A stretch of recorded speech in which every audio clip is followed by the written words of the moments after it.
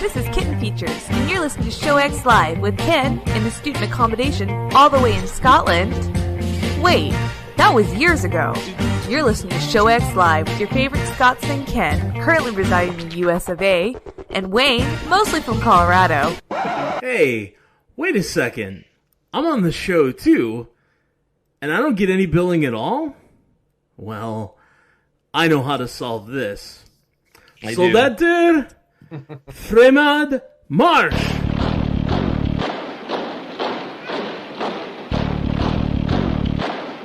You're listening to Show X with our favorite Scotsman Ken, our child of the corn Wayne, currently living in Colorado, and Todd, who now has an army of angry Norwegians at his back.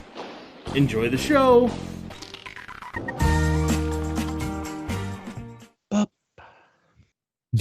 Outstanding. Hey, everybody, and welcome to the show. You're watching us live just after 2 p.m. Eastern, 7 p.m. GMT on this Sunday, the 17th of January, 2021.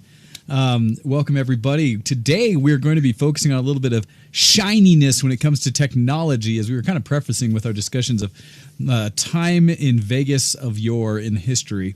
But I'm going to start out today with some emails that we got in. First one coming to us from MikaSorano, talking a little bit about this. Both of these actually are going to be in reference to our Star Wars discussion some. So this one is Star Wars Disney Parks Edition. So coming from Mika, it says, "Hey, Show X, it's me, your local Disnerd. Forgive me if I'm wrong, my memory can be a little crappy at times, but during last Sunday's episode about Star Wars, I think someone brought up Star Wars Land and the Disney parks, and the location used should have been one that fans were familiar with.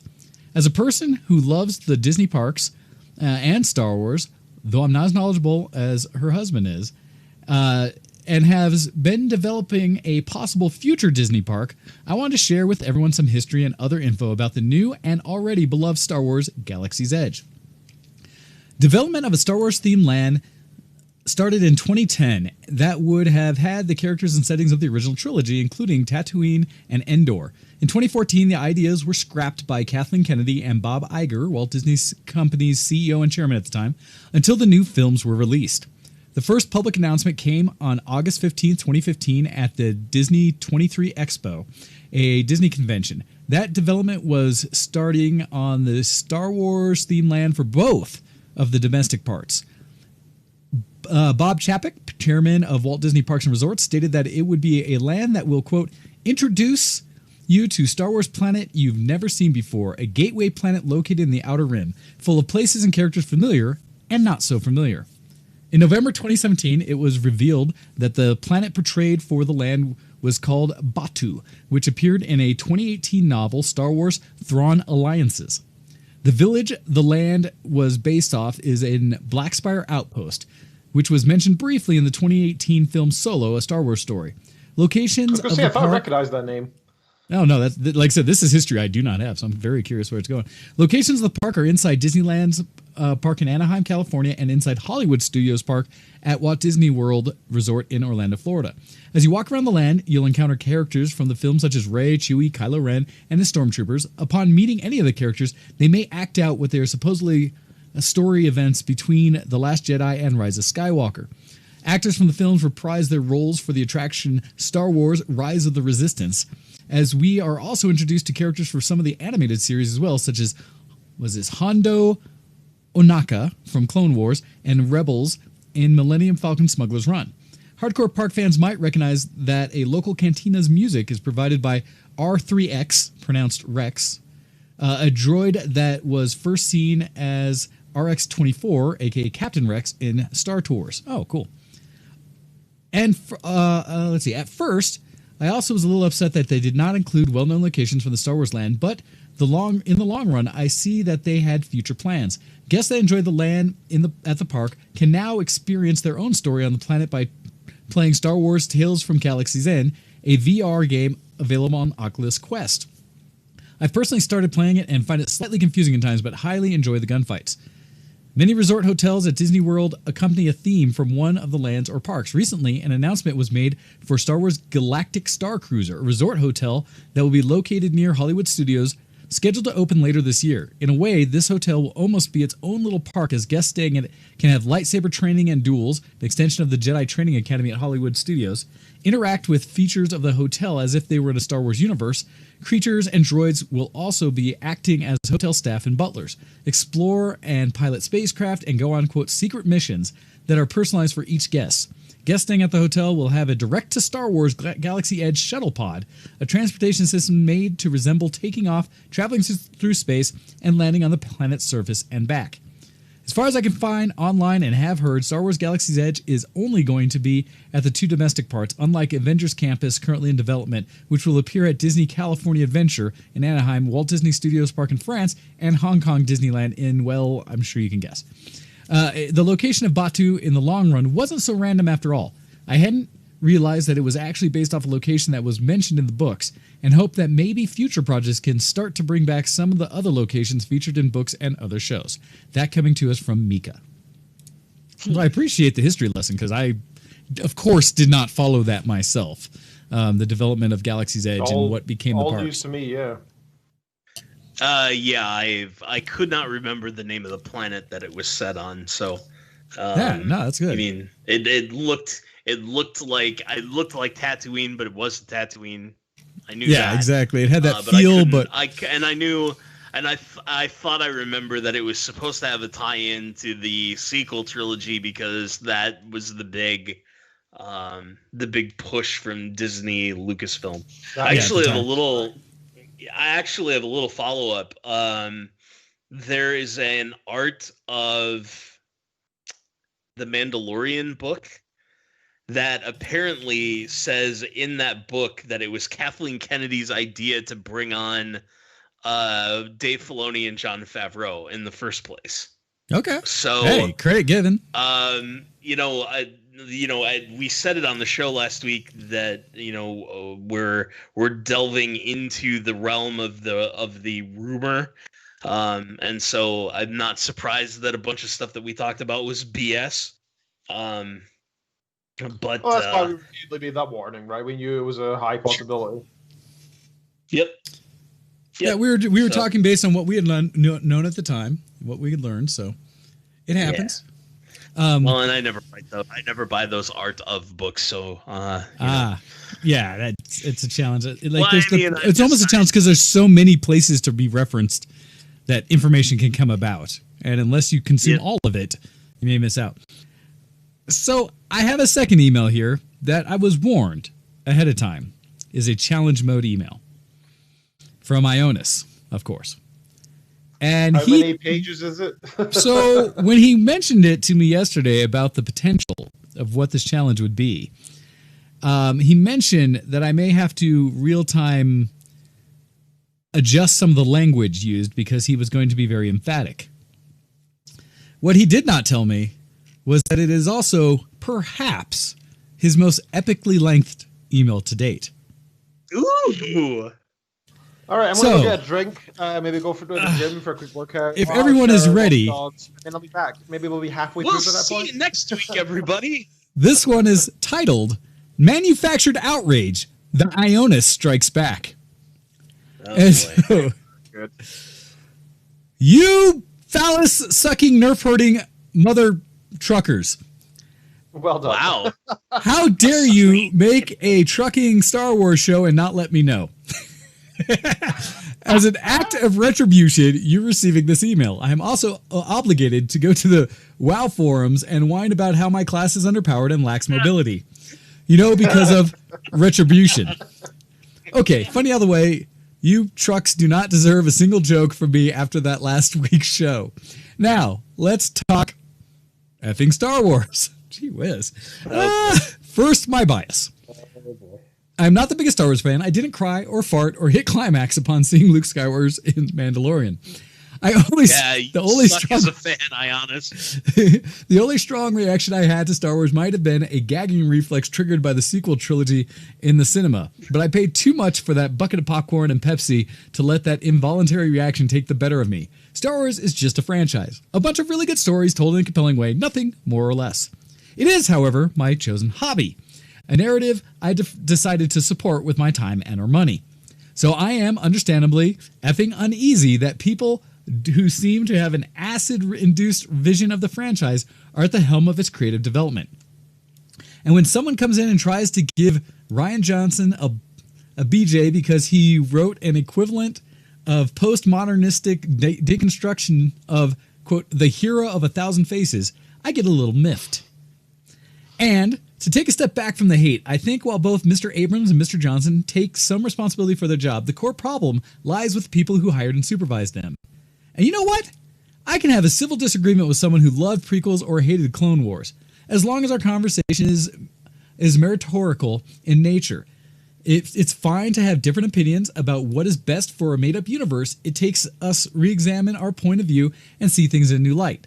What I do not and cannot respect is someone who comes into a discussion armed with ad hominems and gross generalizations when I talk about lack of understanding of rules governing the universe in Force Awakens. And then a huge in brackets. You remember that awesome looking scene when the Millennium Falcon jumped past our Starkiller base shields? I think someone forgot to tell Abrams about the gravity well and how they affect ships in hyperspace. Do you know they made up some completely new BS mechanically safety gizmo that pushes ships out of hyperspace when near gravity wells to explain it? And you can just turn it off and ignore the rules we accepted since Empire Strikes Back? If you only had any prior importance... totally configurable. Right? Importance in the franchise. I don't know. Against Indictor-class Star Destroyers? Or when Rebel ships had to escape Hoth? Or the planetary blockade around Naboo? Anyway, out of brackets. When I rely on my knowledge of the franchise, I try to point out someone forgot to do their job. In return, get feedback about being toxic, gatekeeping, and heterosexual. I do not take it kindly. And you bet your ass I'm toxic. I created a toxic environment for stupid poop stains that are harmful to my chosen hobby. In the same way, antibodies created a toxic environment for viruses. What is so wrong with that? If I decided to join the Steven Universe creative group and started my job by rewriting basic tenets of the show, fans of that cartoon would want me out. And they would be right. As before, someone calls out to advocate for balance and being open-minded. I effing know. This email is titled Manufactured Outrage, not Ionis Great Unification Theory. The angry stuff and obscene terminology are absolutely deliberate and intentional, because I am writing an email to my good friends who will understand that when I call them MFers, I do this with kindness and love. In fact, this is so much love and kindness in me, I should use my Little Pony instead of Steven Universe as an example. But I needed a franchise I really know nothing about. As you probably know, I'm a secret closet horse effer. And wait, what was I talking about? Star Wars. What the? Yeah, like I said. Yeah. Second, let's clean up some stuff. So okay. Before you go any farther, Wayne, yes. I just wanna say to Ionis, like he refused to cite My Little Pony for his own safety, because those people will cut your throat if you don't know like all of the deep lore. Like there's some real. You may get clomped in ways you weren't hoping. Yeah. Trust me, I've run into that because I'm a My Little Pony appreciative, not fanboy. And so I have been gatekeeped in a way. All right, second, let's clean up some stuff. Old Expanded Universe was a massive cluster F. You have a bunch of really solid content and a lot of trash-level novels nobody gives an F about. I know, I've read them. Like the novel about Mace Windu going on a solo mission to become backwater inbred jungle planet because the author watched, quote, Apocalypse Now, and figured it would be a good excuse to write a Star Wars book about the most miscast character in the franchise. Everyone focuses on Jake Lloyd and gives Jackson a pass because, you know, Sam Jackson. Who in their right mind is going to bitch about having Sam effing Jackson in their film? I am! An effing waste of talent. I'm pretty sure they wanted Morgan Freeman for that role, but after reading the script of Phantom Menace, Freeman told Lucas to F off. So they went to the next best popular black dude, and Samuel was it. He probably told Lucas to F off too, but then they gave him the purple lightsaber. Still, it's nothing compared to what they did to Finn in the sequels. Mace Windu was a miscast. Finn was just a misdirection. So those people who don't know any better about getting excited about a black actor on screen, nothing more, nothing less. No one had an effing clue what to do with the character halfway through Force Awakens, probably because they rewrote Poe's death, which forced them to spread the spotlight, so they made him a janitor. You know what, Finn? A conscientious ejector had so much potential. You end up with that anomaly of a pacifist stormtrooper. Great. Too bad he abandons the idealism the moment he has to escape the Star Destroyer and blast his former comrades to high heaven. Imagine having Finn a pacifist for most of the trilogy, getting his friends into trouble because he refuses to pick up arms again, and only by the end he finds himself the desire to fight to protect what he grew to love. Okay. You know, give him a character arc. Okay, Ionis, but if he's going to be a pacifist, if he's going to be a truly pacifist stormtrooper, they don't get off the Star Destroyer unless they've got plot armor as thick as Rey's, and only Rey gets plot armor that thick. But I mean, I give credit. I love the idea of an actual character arc because they did do Finn dirty. I love the idea of a pacifist stormtrooper, don't get me wrong. But well, and that is how they introduced him, right? I gotta give credit. That is how they introduced him. Like, literally, your job is to go kill innocents, and his first thing you see on screen is like, I can't, right? And bloody handprint on my stormtrooper helm. I mean, that was like how he was introduced. Great. It was a great introduction. Continuing about halfway through the email. What we got is Finn flying into a ridiculous Death Star tech gizmo. This sacrifice isn't earned and doesn't make a lick of sense. From his perspective, he only cared about Rey for some reason. We all know what this reason is. And he met the whole resistance for one afternoon. This is where the reason behind time skips makes so much sense in the original and prequel trilogies. You give characters time to evolve between installments. Even if Luke's training in the Empire seems stupidly short too. Yeah, it's weird. I don't like it. Nothing's perfect. It still beats Rey's, quote, training with Luke. I promise not to talk about The Last Jedi. I also promised to talk about Old Expanded Universe. It was a mess, and it needed a big cleanup. The old novels did not align with the post-prequel history. The Clone War books published pre-Clone War TV show were diverging in details as well. And when it comes to the new Jedi Order, how many times can you kidnap a bunch of kids before someone realizes they should be under armed guard 24/7 in a bunker? Correct me if I'm wrong, but Jason and Jaina were kidnapped more times than Counselor Troy was violated on TNG. Put on top of that all of those, quote, dark side users coming out of the woodwork every other book, with Palpatine's clone taking the cake and somehow making it into the new canon. And if you got the state of Star Wars Expanded Universe. Yes, there were some amazing stories written there, but most of them might have been skipped. No one would care or even notice. And this is where Disney comes in. They had one job. Make this poop slim, slick, and sexy. Give us Yuuzhan Vong War, if I get that right. Yuuzhan Vong. Okay. As the third trilogy, and end up with a set stage for, quote, Legacy of the Force and Fate of the Jedi, respectively. They had enough money to deal with any license rights. If they could have passed up the effing Copyright Term Extension Act, known as Mickey Mouse Protection Act, through the U.S. Congress, they can strong-arm any writer to get the best of Expanded Universe on board. Nope, those efforts couldn't be bothered with reading through all those books and choosing what is or isn't worth keeping. They could not be satisfied with being custodians of the world already beloved by hardcore fans and introducing it to the general public. They had to shove their fat phalluses into the project and pee all over it, making sure their flaccid creative input is the only future of Star Wars. And at the end of the day, they had no effing clue what to do with Galaxy Far, Far Away. This is why the world building in sequel trilogy is in the state of postnatal abortion, because no one bothered to sit down and write it down for Abrams to follow. Also, while we're on the topic, J.J. Abrams is a great action director. You can feel the almost Spielbergian mastery of the craft there. But he should focus his writing career on signing autographs. And even then, I'd like someone to proofread them. And then we have Dave Filoni, a kid from the suburbs of Pittsburgh in a cowboy hat. This effort is our only hope. Despite my aversion to wearing hats indoors, Dave is probably the best man Lucasfilms has at this point to spearhead any successful project, and everyone knows that. When LucasArts pushed forward with their, quote, High Republic, this must actually really hurt. Mind you, the High Republic is a new multimedia project set 200 years before the prequel trilogy. I'm not exactly sure who came up with these gem-encrusted anal beads of an idea, but you're writing yourself into a corner with that one from the very start. And the very start is the Great Disaster, as seen in the High Republic Light of the Jedi. Ships across the galaxy get knocked out of hyperspace. Moons and planets get bombarded by debris. The massive rescue effort is mounted to help the affected systems. How exciting! How about a simple story about certified badass taking care of a minor that eventually makes him more human? You know, like Leon, the professional. I mean, Terminator 2. I mean, Last of Us 2. I mean, The Mandalorian. It's an old, simple, reliable cliche.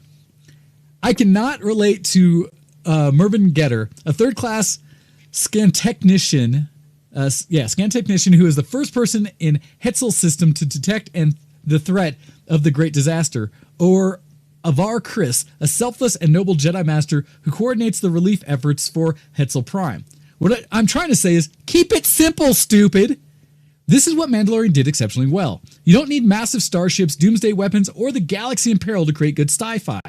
The perfect example is the Beskar spear on the show. They could really go to town with it, make it all flashy and fancy, put claws on it, feathers, glowy runes on top of it, but they didn't.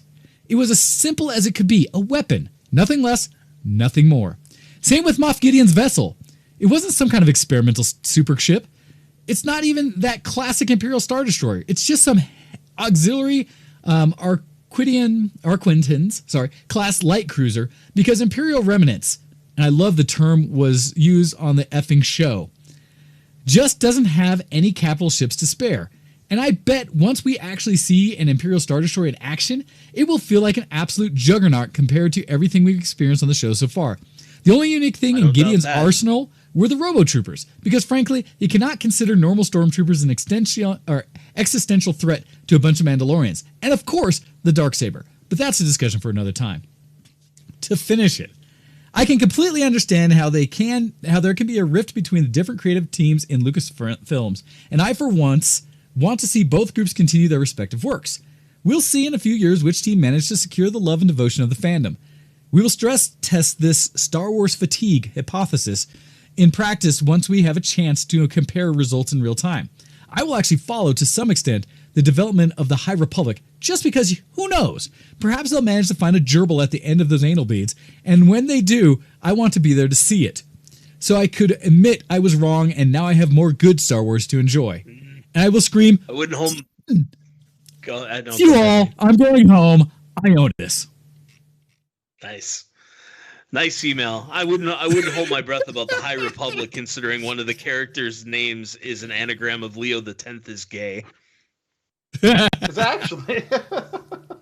Yeah, it's true. And I'm giving myself a drink for after that email. You deserve a drink a week off. Wow. At the same time, I will say thank you, Ionis. I always tell him post-show that I appreciate his emails, but I want to emphasize it on show for everyone to hear, because Ionis puts such effort into what he crafts for us. Please know that every time you heard me say something that was a silly rendition of a curse or something, that it was not written to be PC in the email. Actual curse words were used in the email. Yes, and it was very colorful. Very colorful. Not only was Wayne reading that out, he was also live editing on the go. He's doubly impressed. I'll tell you what, that's we used to do that on the old show, and it's harder than you think.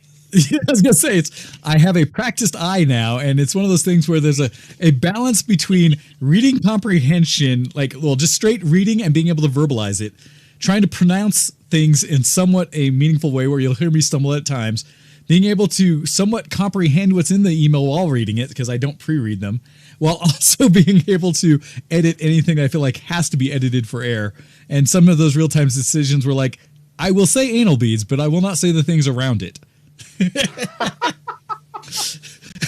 For anyone's wanting to understand the madness and the method. So you get. I thought preference for horse effing was pretty bad. I had to edit those as I was reading it, because I saw it coming and I was like, which part am I editing? Nope, I'll do this.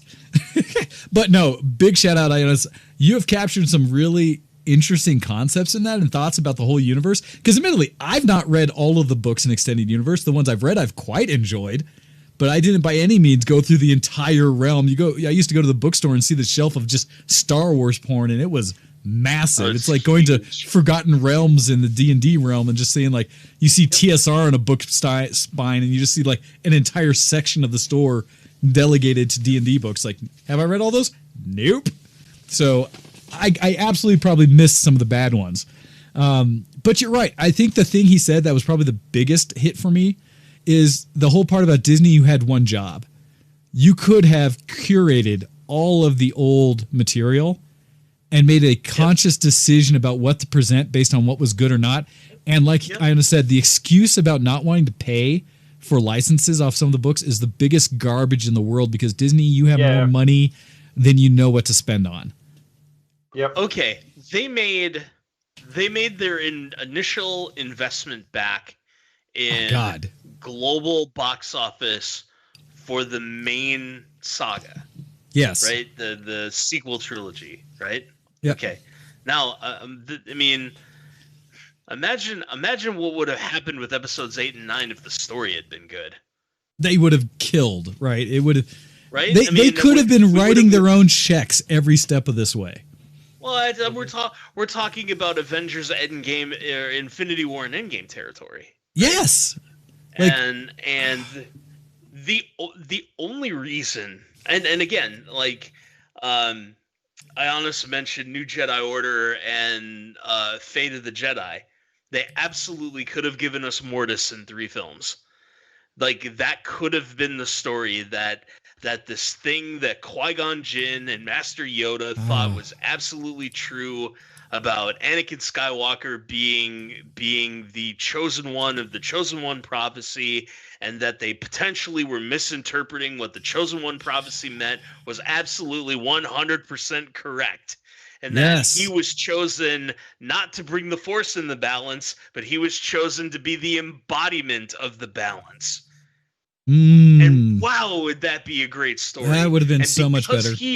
Because he chose not to, everything that happens from then on, which is essentially what from Clone Wars. So I guess after episode 2 up until the end of this theoretical episode 9 that we're talking about is all because Anakin Skywalker failed to take his place as the embodiment of the balance in the Force. Interesting. Right? Okay. And so they could have given us that, right? And maybe it's not Rey, maybe it's some other character. It doesn't matter to me who in storyline, but somebody in the Skywalker bloodline has then, in order to fulfill the chosen one prophecy, has to become the embodiment of balance in the Force, which means they're going to Mortis. And that would have been pretty awesome.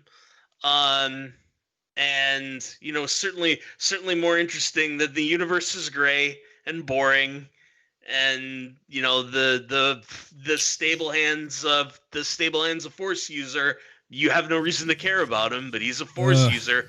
Godspeed, Rebels. I like that. I thought that was just a little thing that brought me sheer joy. Make me care about him. Yeah, the problem is he's nobody and a nothing, and it's supposed to show that still anybody can be a Force user. It's a bit of magic. But the problem they had with that is if you're a Force user and your biggest use of it is to better grab your broom, then you don't deserve my attention or care. If it showed him actually doing something with it. But if it showed him on the screen, it's not supposed to be a main plot point. It's supposed to be the whole problem with it is a general reminder that the Force exists in all of us. But that's what cheapened it.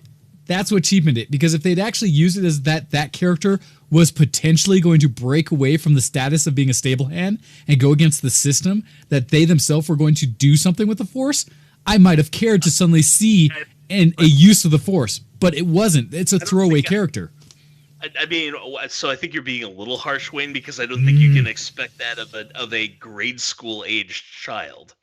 Like, I think that's a little. But show the motivation that he's beholden, has a desire to change his status in life because it's bad, And then you would, basically what that would have teased us with the broom thing would have been, and here's a new hero story ready to happen over here. Instead, we're left with, and anybody can spout the Force because they got a jolly in the day. It's not useful in any way. It's boring. No, it's nice. It minimizes the adds Force, and it's flavor to the just universe. shite. It doesn't. It's a kid. It's a kid. The kid doesn't need to be the next Master Jedi that's going to bring down the Sith. He can just be some kid who has access then to it the means Force that all that means is that what you're going to end up with is a whole lot of Force masturbation in the world, because that's what regular people do with power. It cheapens the damn Force. So, what I think is happening here is I think that there's a generational gap. And the reason why I say that is because I tend to align with Wayne, although not quite as forcefully about the random stable hand of force grabbing the broom. But we've spent a couple of generations now teaching everybody that they're special in some nondescript way. Whereas I was never told that. Yeah. And so I am perfectly content to be a productive unit in a greater machine and put my 30 years in and be done at the end, and spend the rest of my life spending, because I know I'm not special. Whereas like the generations, Wayne, that came after us, right? And this goes back to my time being educated as an educator. Like, it was super important that everybody know that they were special. Well, you're not. Like, in a lot of cases, and I won't say the majority, I won't say a super majority, I'll just say in a lot of cases, the best possible outcome for somebody is that they can be productive at a full-time job. Like, you're not going to be a professional athlete. You're not going to be the next Hollywood star. You're not going to be famous, outside of locally in 99.9% of all cases. So it really is, there's dignity and value in being productive. And in my opinion, compromising that message in favor of, no matter who you are, no matter what you do, you're special. It has led to this difference in, like, if I put myself in the mindset of everybody's special, right, in some way, then it's super important that kid can use the Force. Because he's special, and anybody can be special, right? See, I'm sorry, go ahead, Ken. Sorry, I thought you were okay. No, it's just no. I agree with you generally speaking. I also disagree with you in some ways. I don't think the point is that everybody is special. At least that's not the way I've ever always taken it. It's always that you could be special. I think the point is that everybody has within them the opportunity and the possibility, if all the stars align and if you try really hard, you could make something of yourself. That's kind of the American dream. That's kind of what we're sold in the West in general, I think. There's that possibility. Right? It's not given to you on a plate. You're not definitely going to be an astronaut. You're not definitely going to be the best sports star.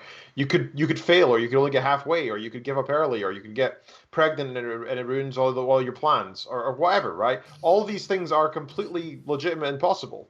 But the point is that sometimes you do have somebody from a crappy background who ends up being great because they tried, and so we should tell people that they could be great. I don't see a problem with that, and I think that's where that little boy lands into, right? He has a spark. That's all it is. We're not saying that he is the next balancer of the Force. Nothing like that. We're just saying that he has a spark. It's there within him, and it could be something if he makes it, and if the circumstances are right. That's it. And I think that's a beautiful message in itself that I enjoy. That still, to me, unfortunately, tells the story that while it says anybody could be a Force user, it still kind of lends itself to be, but unless you are somehow born with it, you're still nothing. It doesn't allow for the idea of what I think is more important, that anybody can be something more if they work for it. That just showing a stable hand manifest the Force isn't him working for it, isn't anything other than you are born with this ability that makes others, if they choose to do something with it, useful. But you are a stable hand. And so in a way, like I said, it cheapens everything because we don't know if he's going to work and do anything with it. We have no idea if there's going to be anything with it. It simply says anybody could have the Force. And like I said negatively in the beginning, it means he could just whack off a lot easier. We don't know.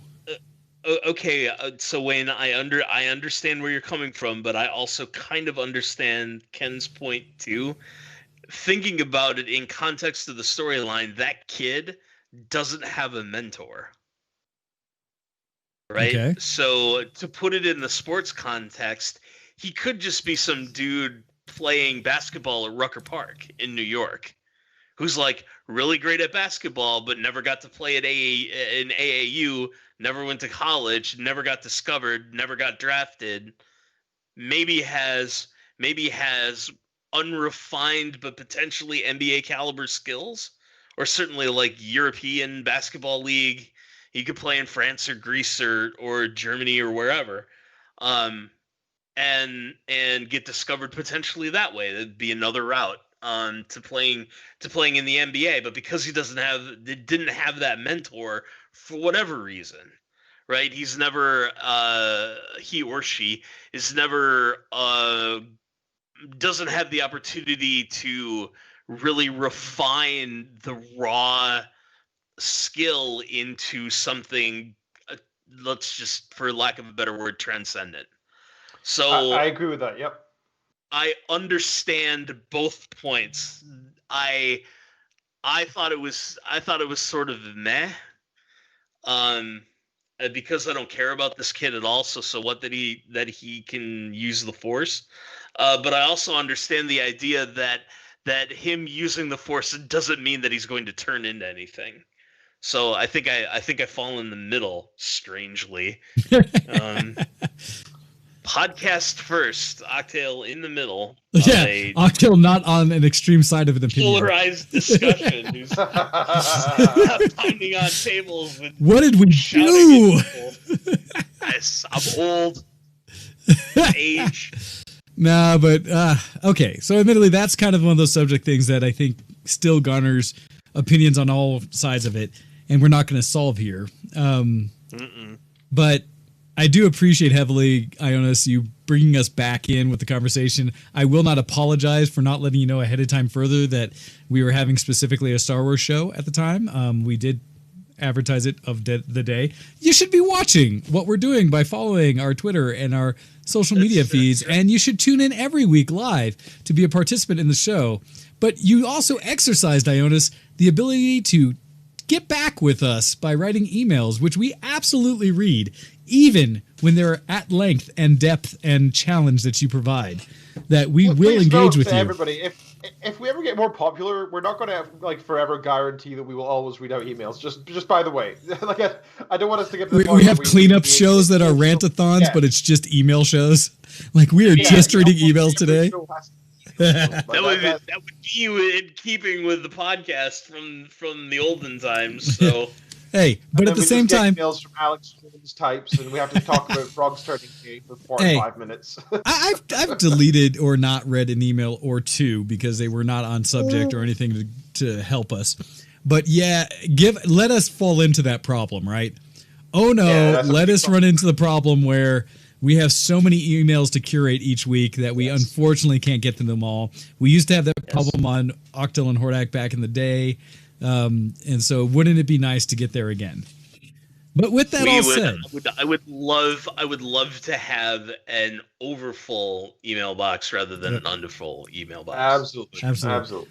But that is an advertisement that we're not there yet. So please, all of you, send us emails every time you have opinions about what we're saying that you can't either fit into a single message during the show, or as Ionis has told me in the past, has rewritten some of his emails 3 or 4 times because he had so much he wanted to share about the subject. And I very much appreciate his efforts because his emails are so much fun to read for me. Now, we do thank you guys for the emails, both you and Mika, Ionis and Mika.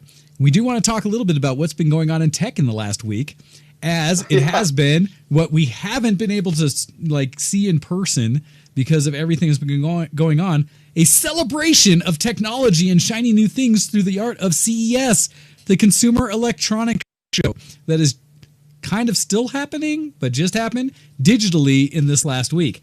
Normally, this takes place in Las Vegas each beginning of each year, and it's essentially a week-long celebration of all things tech-related, and that can be everything from software to most commonly hardware, and a lot of everything from like little nitnoid things that are used to create the products we all see that you may not, as a consumer, ever recognize is there.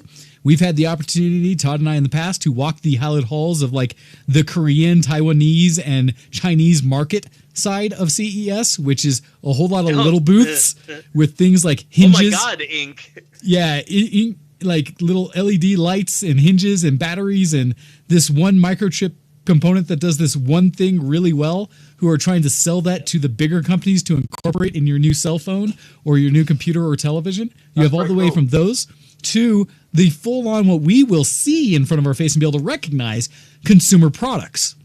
Everything from cars to televisions to you name it. Yep, it was very weird being in a place where in one part of the convention hall you could see a chrome Maserati or a chrome Audi R8.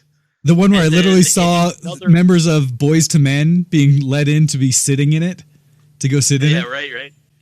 Because celebrities show up. And in another very, very separate part of the convention center, it was like an electronic component flea market. Yes. Hey, please, you want to buy from us? Hey, come look over here.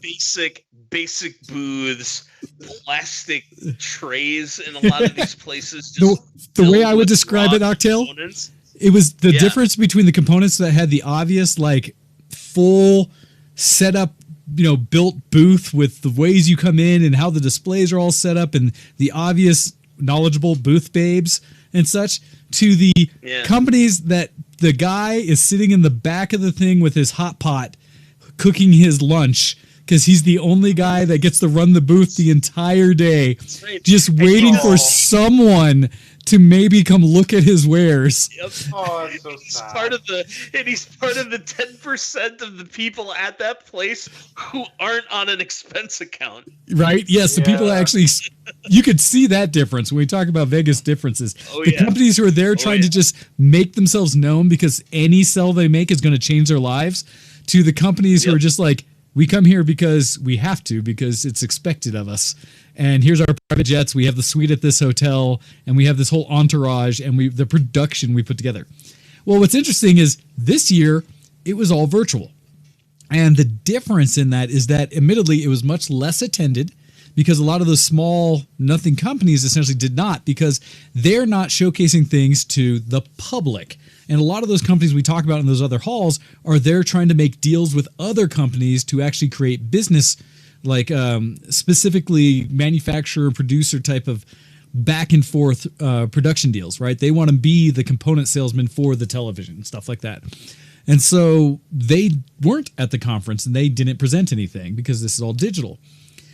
So what we got out of it was instead a whole lot of like scripted and set up videos, more like what you would see on the CES floor from the half-hour presentation given or the keynote speeches that be given a day or two before the main floor opens, is what we instead primarily got from CES this year.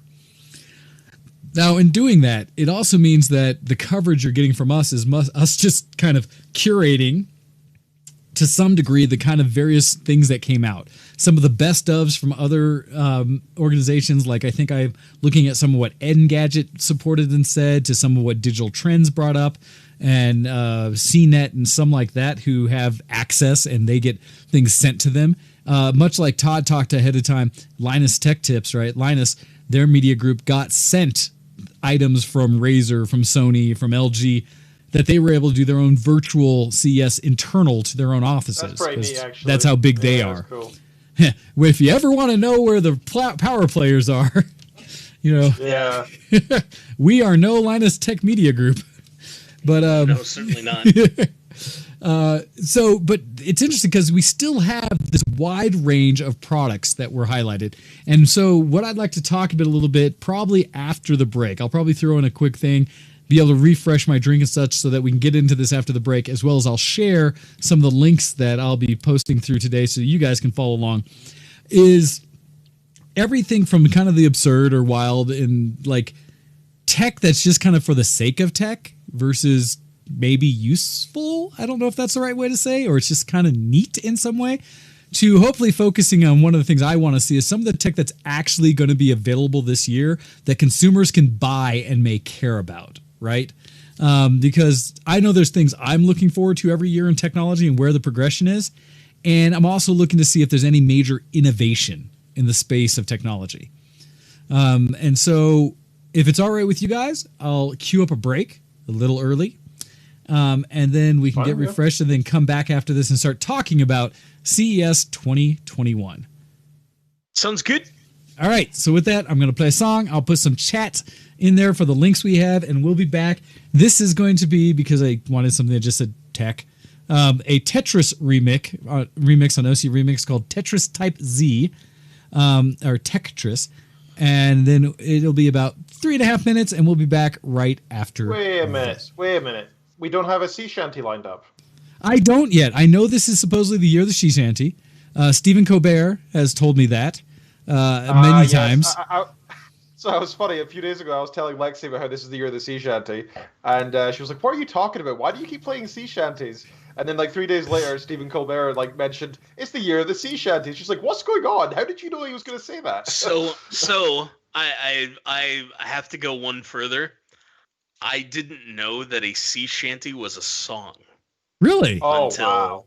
2 days ago. It's like, why is everybody talking about houses by the sea? Like shanties being like, yeah, gotcha. Right. Oh, that's funny. Like a little fishing hut called a shanty. Unfortunately, I don't think I have any OC Remix songs, any gaming songs that would be rewritten in some way into a shanty. I can look, but I don't think one called shanty. I think I'm literally looking through my library for shanties, and I see nothing right now. So you guys, unfortunately, the nice thing is this is the year of, and so if anybody would like to email us in with some of their favorite open source or Creative Commons sea shanties, please send us to them, and we will use them in our music breaks as much as we can this year. The thing is, most shanties are a couple of 100 years old, so we can probably find one that's just been recorded as Creative Commons. So but for those who are interested why we're talking about sea shanties, if you don't mind me briefly explaining, it's because about a week ago on TikTok, which I don't have, but I get filtered via Reddit, right? There's just this one, I think he's an Irish chap, who just does sea shanties. That was always his thing. He likes sea shanties. He's kind of an obscure dude who just likes to do sea shanties. And, it got kind of famous, and people started singing along with him. And they started adding, like, a bass, a baritone, and like, somebody would go in with violin, somebody else with drums or whatever. And eventually, like, there's just all these covers of, like, popular sea shanties, being made to this beautiful level of professional quality. And they just sound amazing, and they're so impressive and unexpected, and it's just taken a huge surgence of popularity on TikTok, on YouTube, and Reddit, and now it's to the point where everybody's just playing sea shanties. Everybody. So it is actually a thing. Several by heart now. Yeah. Oh wow. Oh no, I have not run into enough. Like I said, I've only heard on Stephen Colbert as he's trying to press it and make a point of it this year so far. Before we go to the break, now that it's re-mentioned, I finally see Lantis pop her head up in the chat. A very happy birthday to Miss Lantis that's coming up this week, as well as, I think it's actually today, Miss Betty White, the aforementioned U.S. icon that people are trying to cherish as a whole because she's apparently 99 today. Our two biggest fans, Kopii and Betty White. If only. Indeed. If we got that love, man. How do we get a monument to her made, by the by? Right? Of people who have brought joy in this world in an extended period and even later in life. Betty White. She's also a child-free icon, by the way. She's one of the few people from that era who famously said, "I'm just glad I didn't have children because I much prefer animals," and I look up to that, man. She's a unique one for that era. Did not know or even think about that. So that, I don't know, Todd, if you want to, or I can give Kopii a little bit of a send out of a happy birthday there because I think she's absolutely deserving. Happy birthday to you. Happy birthday to you. Happy birthday, Madam Prime Minister of Canada. Happy birthday to you. Awesome. And with that, please, everybody, check out the original copies. If you have her on the Steam list and such, to please present her with gifts and love, because we do very much appreciate her. She has been a supporter of us far longer than most people on this channel outside of the Handos and others of the world. So thank you, Miss Kopii, and we very much appreciate you. So happy upcoming birthday. All right, everybody, we're going to take a break. We'll be back, and we'll talk about a little more shininess with CES. The good, the bad, the shiny, the useful, the worthless. Who knows? We'll see. All right, be back right after this.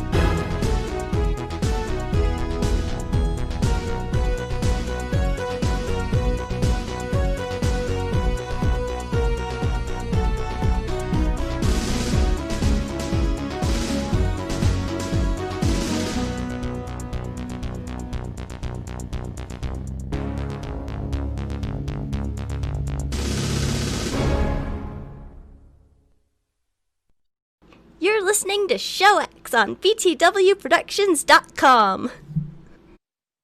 Hey, everybody, and welcome back to the show after that nice break. And I am inspired now as to the discussion of sea shanties that in order to refill my glass, since I've emptied it of mead, although this is going to hurt myself, I found one of my little miniatures of Sailor Jerry rum. And so both rum and Sailor Jerry. So good man, go get some grog. I normally save these for like traveling on planes when you're not supposed to have your own miniatures, but since I'm not traveling anywhere, I guess this will be for today's show. So let's get that whole shot of that in there. Random pirate fact for you guys that I learned this week. I am always down for random pirate facts. So the word grog, which is used to mean drink, generally speaking, actually came from originally hundreds of years ago in New Zealand, I believe. There was a pirate captain guy who changed the rules, because it used to be every single day the pirates and the sailors or wherever they were would be given a measure of alcohol per day, usually be beer or wine or whatever. But in the West, they started providing rum instead because it lasted longer, didn't go off so much and stuff. And they also would give it some lime or other citrus to reduce scurvy.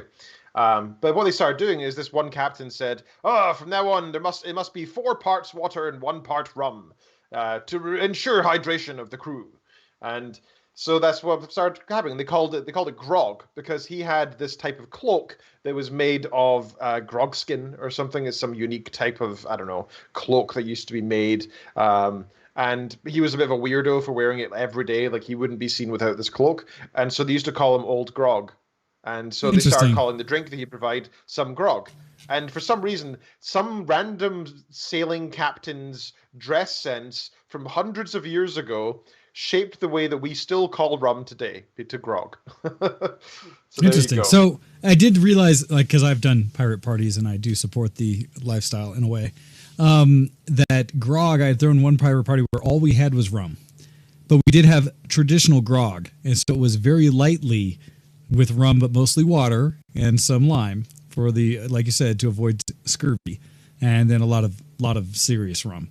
But so I knew that aspect of grog, because a lot of people don't understand what the actual makeup of grog was, and the whole point of the rum would keep bacteria from growing in the water that you'd keep on the stores on the ships, along with the citrus to avoid scurvy, the lack of vitamin nutrition. Also, I learned another secondary fact today that was unrelated to sailing and such, but it's still related to this story. Somebody asked on r/askhistorians, which, by the way, is a fantastic subreddit if anybody knows of it, because it's very thorough. They tend to remove any answers that are less than a couple sentences, and if you don't have any credentials to back your what you're saying or any references, you get your post gets deleted. So you can, all questions must be answered with accuracy, which is great. But somebody asked, how come back in the day everybody wasn't drunk all the time, since they were drinking beer instead of water for the, to reduce the bacteria and stuff, and so they didn't get sick. And basically, one of the historians came along and said, with backed up references and sources, well, they did technically drink alcohol every single day and every single meal, but it was in such a small amount, like think maybe like half a percent to 1.5% of alcohol-proof water, that it's like they didn't really feel drunk. It was normal. It would take a lot to get you drunk at that point. Yeah, exactly. So it's more similar to us eating, like, I don't know, a chocolate that's got some whiskey inside of it, or cooking with wine. You're not really getting drunk off it. It's just a bit of flavor more than anything. And that's it. Okay, gotcha. So a couple of random historical and pirate. Hey, appreciate it. This is a wide-ranging show today, but we're going to get into tech now. So, and I will preface this, I'm not sure how much you guys went forth and found any maybe products you thought were more interesting or not in CES. So I was going to kind of lead ahead by kind of going through lists and lists of some of the things that were noted. But feel free to jump in and let me know any of the ones that you also found particularly interesting, or commenting on the ones that I bring up. So the first list I'm going to bring through is the Wired list, because this is one they did that kind of was a live reveal list. They started from oldest to newest. If you go through the link for the Wired top 79 products that they saw released around this, that I will not get to everything because some of it means nothing to me. But you have a wide range of products, everything from health to, as was noted by a lot of people this CES coverage, that there were a lot of products designed around keeping yourself clean and free of bacteria, or touch free and stuff like that, to there's everything from outdoors to traditional computering, wearables, all kinds of different categories of things that are tech that are covered in CES. So one of the ones I actually kind of liked, and is totally random, but one of the first ones on the Wired list, is GoSun released a solar-powered purifier that lets you shower off-grid. And I mostly like this because there's a lot of purification stuff that's out there, like Life Straws and things like that. But this, being solar-powered, actually allows it to actively filter water from kind of any source, and in enough quantity to be able to use it for more than just drinking. And so it's one of these things that they've put together, and and for people who live off the grid or just kind of ways to get out there and such, that for less, now the challenge also, mind you, is a lot of products are really damn expensive because these are cutting edge or haven't made it to the market, don't have competition. But they said for less than $2,000, you can put together a complete off the grid living setup in your truck, drinking, I'm not sure where they get the fresh milk piece. I didn't see where this came from, but taking a hot shower every night. And it works whether you're going stargazing with the kids or taking off for the hills. So I just love that they had tech that was, I like the idea of off-grid. And I guess more so, it's not that it's really, maybe it's right now off-grid living. Maybe it's zombie apocalypse or other apocalypse, things that are self-sustaining that I kind of like. Because the thing I always think about in apocalypse situations is everyone's like, I would live and do well and so far and this long. It's like, you do realize that all the infrastructure you've grown to love and use disappears during the apocalypse, right? Plumbing, fresh pushing water, electricity, all those things we're used to go away. So I love things that are off the grid. Could you share your screen and maybe show us some pictures of this stuff? Okay, yeah, I can do that. That will, let's see, make sure this one works. And we'll obviously credit any articles that we're using there. Well, again, this one's from Wired, and so it's going through showing the whole, let's see, maximize it here. It's just kind of a water kit for the solar. So going through the list, and this will actually make it real easy. Another one they had that I don't care as much about, but it's J-Labs frames make woofer safer or workout safer. Essentially, it's taking people who wear glasses, sunglasses, whatever, and instead of having earbuds in, it's essentially adding them as clips onto your glasses so that you don't have something in ear, so that you can still hear the world around you, but also have the features of essentially speakers and such. Something that's a little more, I think, on the consumer side that we start seeing a lot of is television technology. And one of the big ones that came out was Samsung. They were really pushing. So you always get the big ones, Samsung, Sony, LG, and then you get some from Panasonic and stuff like that. For anyone who's gone to CES, they usually have very impressive displays, like video walls, and like every new television they're showing in like massive, you will never see this in real life kind of displays, like, you know, just to show off the tech and bright and shiny. But one of the new technologies that I am actually looking forward to, because it is coming to the consumer market, is that of mini LEDs. And so what that is for LED backlit televisions, it's allowing it to get closer and closer to the ultimate in contrast of being able to truly light only the pixels you want to see, and thus reducing that gray kind of background instead of black that you get. Like, you know, OLEDs are perfect because they are self-illuminating. Their blacks are black, and anything lit is lit by the OLED. LEDs still use a backlight, and they use these multi-dimming backlights, but it was first showcased, I want to say either last year or the year before, micro or mini LED technology, where they now go from arrays of what used to be maybe a couple hundred lights behind the color matrix of a television. Now they're going to thousands of lights behind, so that gives them a lot more opportunity to dim specific zones such that you get much better contrast and brightness in your image. And so that's something Samsung was really pushing. The nice thing about that is it gets you closer to OLED kind of contrast and brightness at a significantly cheaper price and much bigger sets, because LED stuff. So I think they were showcasing even some of theirs as big as, yeah, they said a brand new 110-inch model that uses the mini LED tech. Cheaper, that's still going to be a stupidly expensive set starting out. Again, technology goes beyond just like big hardware devices. There's also software.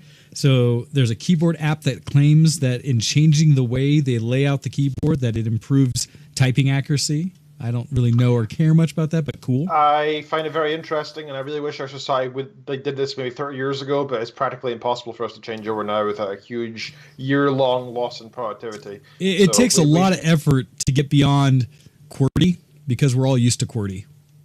Yeah, even though it's been proven that Dvorak was significantly Dvorak's awesome. Better for English language only, but yes.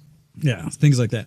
Another big hit on what was out there is basically smart technology, and in the form of like smartwatches and stuff. There's a lot of different ones. Fossil has one of theirs. Nothing major or exciting other than everybody has smartwatches. I'm kind of going to keep skimming through to find anything I found interesting. One of the other categories, I'll just leave this one up here as a reference, that doesn't get talked to as heavily, but like this one says, Laura DiCarlo rolls out a new, quote, heated sex toy. When we talk about technology being in all forms of life and consumer related, yes, that goes all the way from what you game on to what you play with. that you can, yes, that technology allows. And so call it what you will, but you can find areas in CES for every kind of tech that you might want to find or not. Also, you get a whole bunch of new phone releases, things like that. None of those were really, I was following a whole lot. It's like the normal progression in phones. One of the more interesting ones I did see, and this is because you always try to figure out what is going to be the big press in any technology. From phones is like whether they're going to have new cameras. Right now, I think that's been the big press. Multiple cameras, more cameras, things like that on your phones. Trying to maximize the display, minimize the notch or whatever your forward-facing camera is. Some that are trying to do like under-screen fingerprint readers. Some that are trying to do... there's a couple companies trying to do under-glass cameras so that you have a full undisturbed image on your phone's display. And there's lots of ways they try to do that, and every year you see different versions. One of the other markets we've talked about already that always keeps showing it is televisions, because that's something every consumer pretty much understands. I want to watch things on TV. Well, TCL, is a company that's not, at least in the U.S., considered like a main brand television. You don't normally go looking for a TCL panel. But around the world, they're a big producer of what is often the less expensive televisions. So one of the big announcements they had is their 6 series TVs are going to be 8K. And much like other announcements, right? It used to be when we first were going, I think, Todd, you remembered when 3D was the craze and everyone was trying to put 3D in every television? Yeah. Yeah. Yep. So now it's all about resolution, right? And 4K is already passé. 8K is available. I can go to Micro Center today and buy an 8K set, but there's really no content for it yet. But the nice thing is, like, I think at Micro Center, the one I saw, which was it might have been an LG panel, was somewhere like $3,500 to $4,000 or something for an 8K set that was like 80 inch plus. So I mean, it's stupid big, 8K resolution. TCL's panel is supposed to be under $1,000 for an 8K set, and potentially up to 85 inches for that version. So the thing of note for this technology is really big for significantly cheaper, right? That there's a company that's pushing the boundary. So for us as consumers, hopefully we will be able to see things that don't cost all of our savings or one big budget thing through the year, right? Thoughts on technology? I mean, is that something that you have tech, you're good? Is there something new on the horizon you think is exciting for visualization and technology like that? I mean, I don't know. I liked it when HD was like a first new thing. That was super exciting, right? Like HD and touchscreen technology, that all felt new. It didn't feel like improvements. It felt like a divergence into something different. And small screens are still to an extent doing that. But I think most people tend to have 4K displays on their phone these days. I mean, that's pretty standard now. I don't know about you guys, but I've noticed that on YouTube, for example, they actually don't call 720p HD anymore. You know, like they used to call 720p was HD and 1080 was full HD, right? Now I just noticed they're just calling 1080 HD. But to be honest, I wouldn't. Like, to me, 1080 is pretty poor quality. I mean, I'm so used to 4K on all my displays. In fact, the one in front of me is a 5K. And my phone is a 4K, and my screen through in the living room is a 4K. I personally find it weird to go on anything lower than that.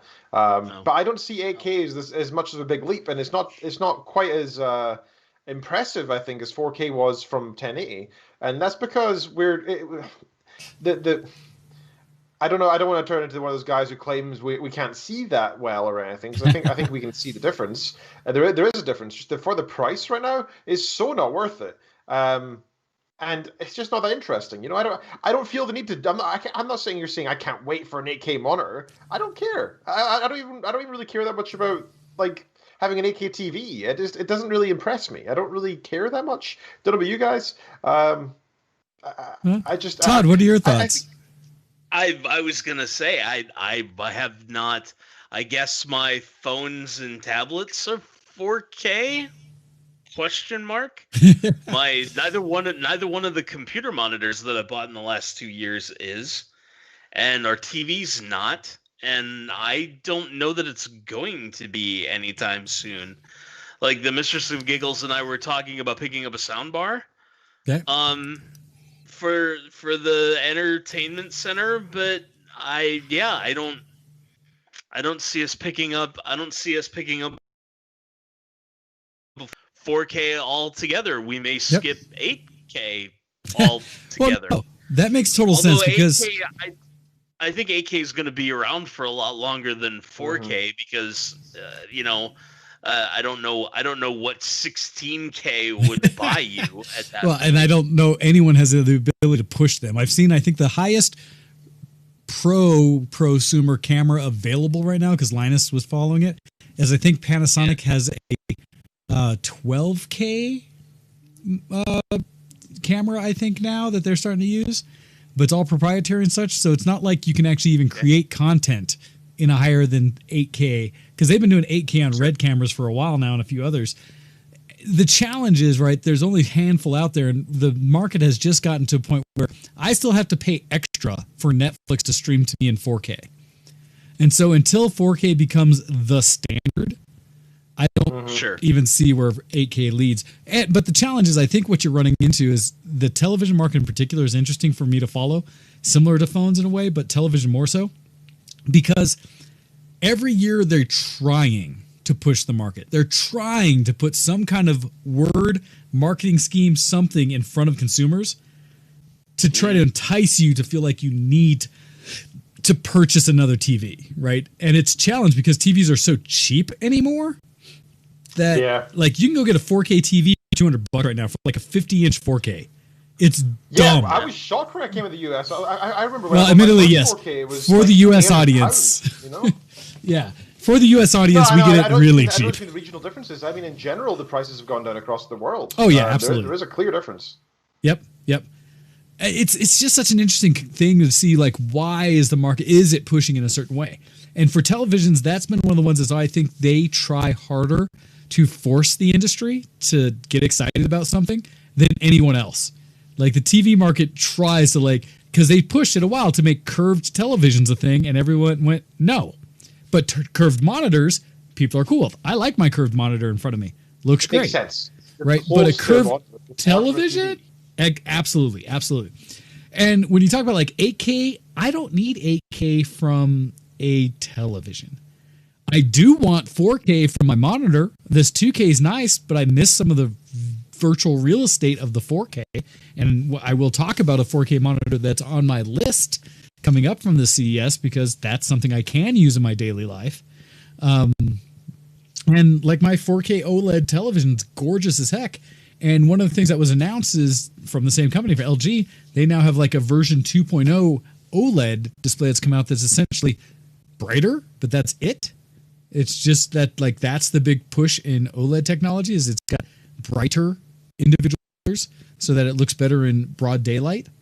It's kind of like, hey, to me it's all incremental. The nice thing about televisions, eventually all of that tech it trickles down to the cheapest set you can buy at Walmart or other big box store for $150. So the beauty is, much how like Todd you were talking about at the beginning of the show, any upgrade you do for your computer is going to be a significant boon compared to what you have. Yeah.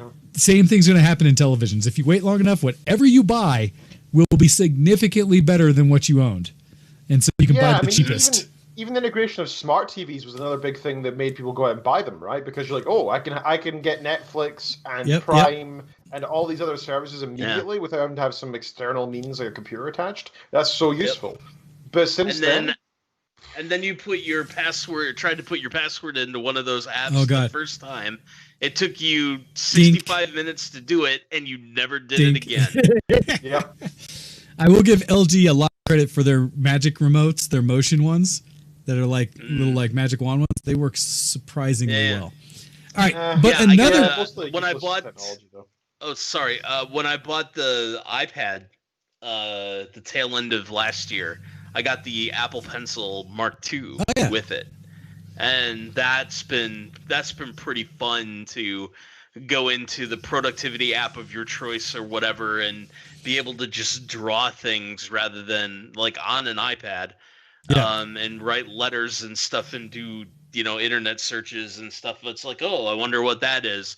And in fact, it even picks up my cursive reasonably well. Wow. Which I thought was pretty dope. I would say I give any company that figures out my handwriting recognition mad props. Amen to that. I'm not a doctor, but man, I write like one. So indeed. one of the technologies that I do think, though, is a little more relevant to people every day is phone technology, right? Because we are more likely to probably upgrade our phone more often than we are our television in this day and age. Phones are kind of put on this thing where they try to entice you every year, like every tech. But I know a lot of people, it's like on a 2 to 4 year cycle, they will replace phones.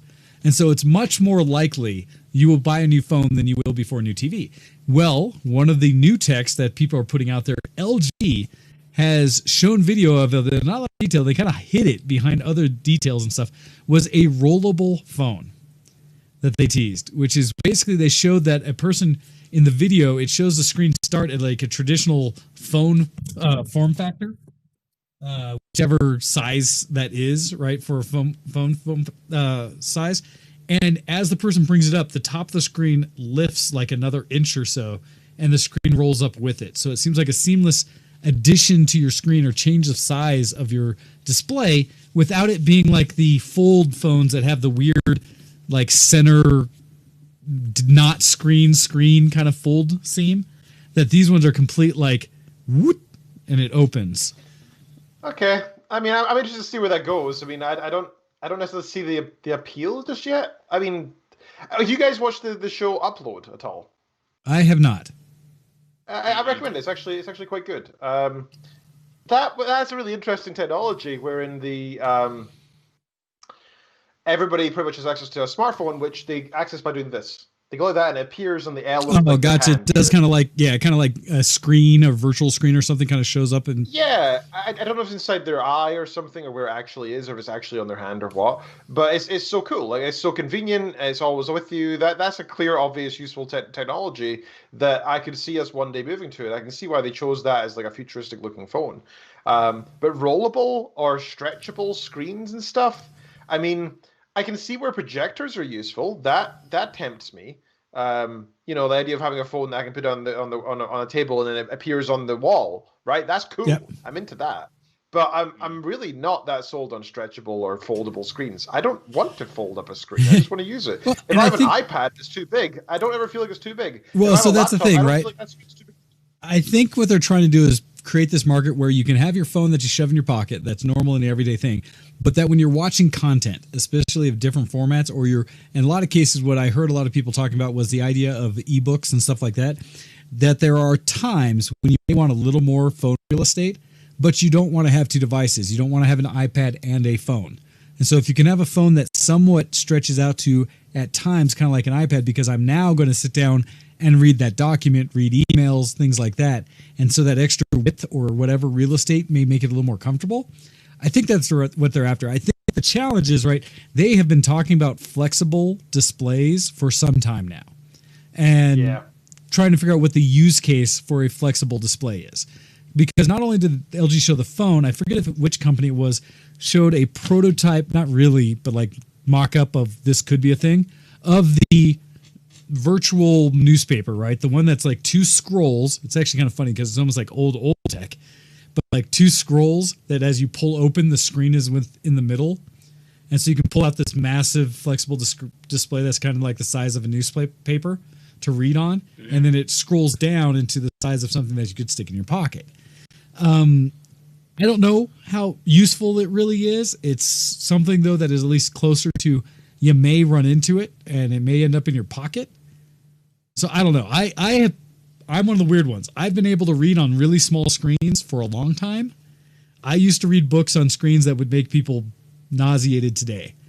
Old Palm Pilots and things like that with terrible resolution and before backlight and stuff like that. So I've gotten myself conditioned to be able to read on screens that aren't meant for it. Yeah, that's another good technology, actually, you bring up. Backlight was something that was kind of quite revolutionary on Game Boys and such, right? That was a game changer, I think, and really made phones more viable in that sort of format. Because I remember having a non-backlit phone once upon a time.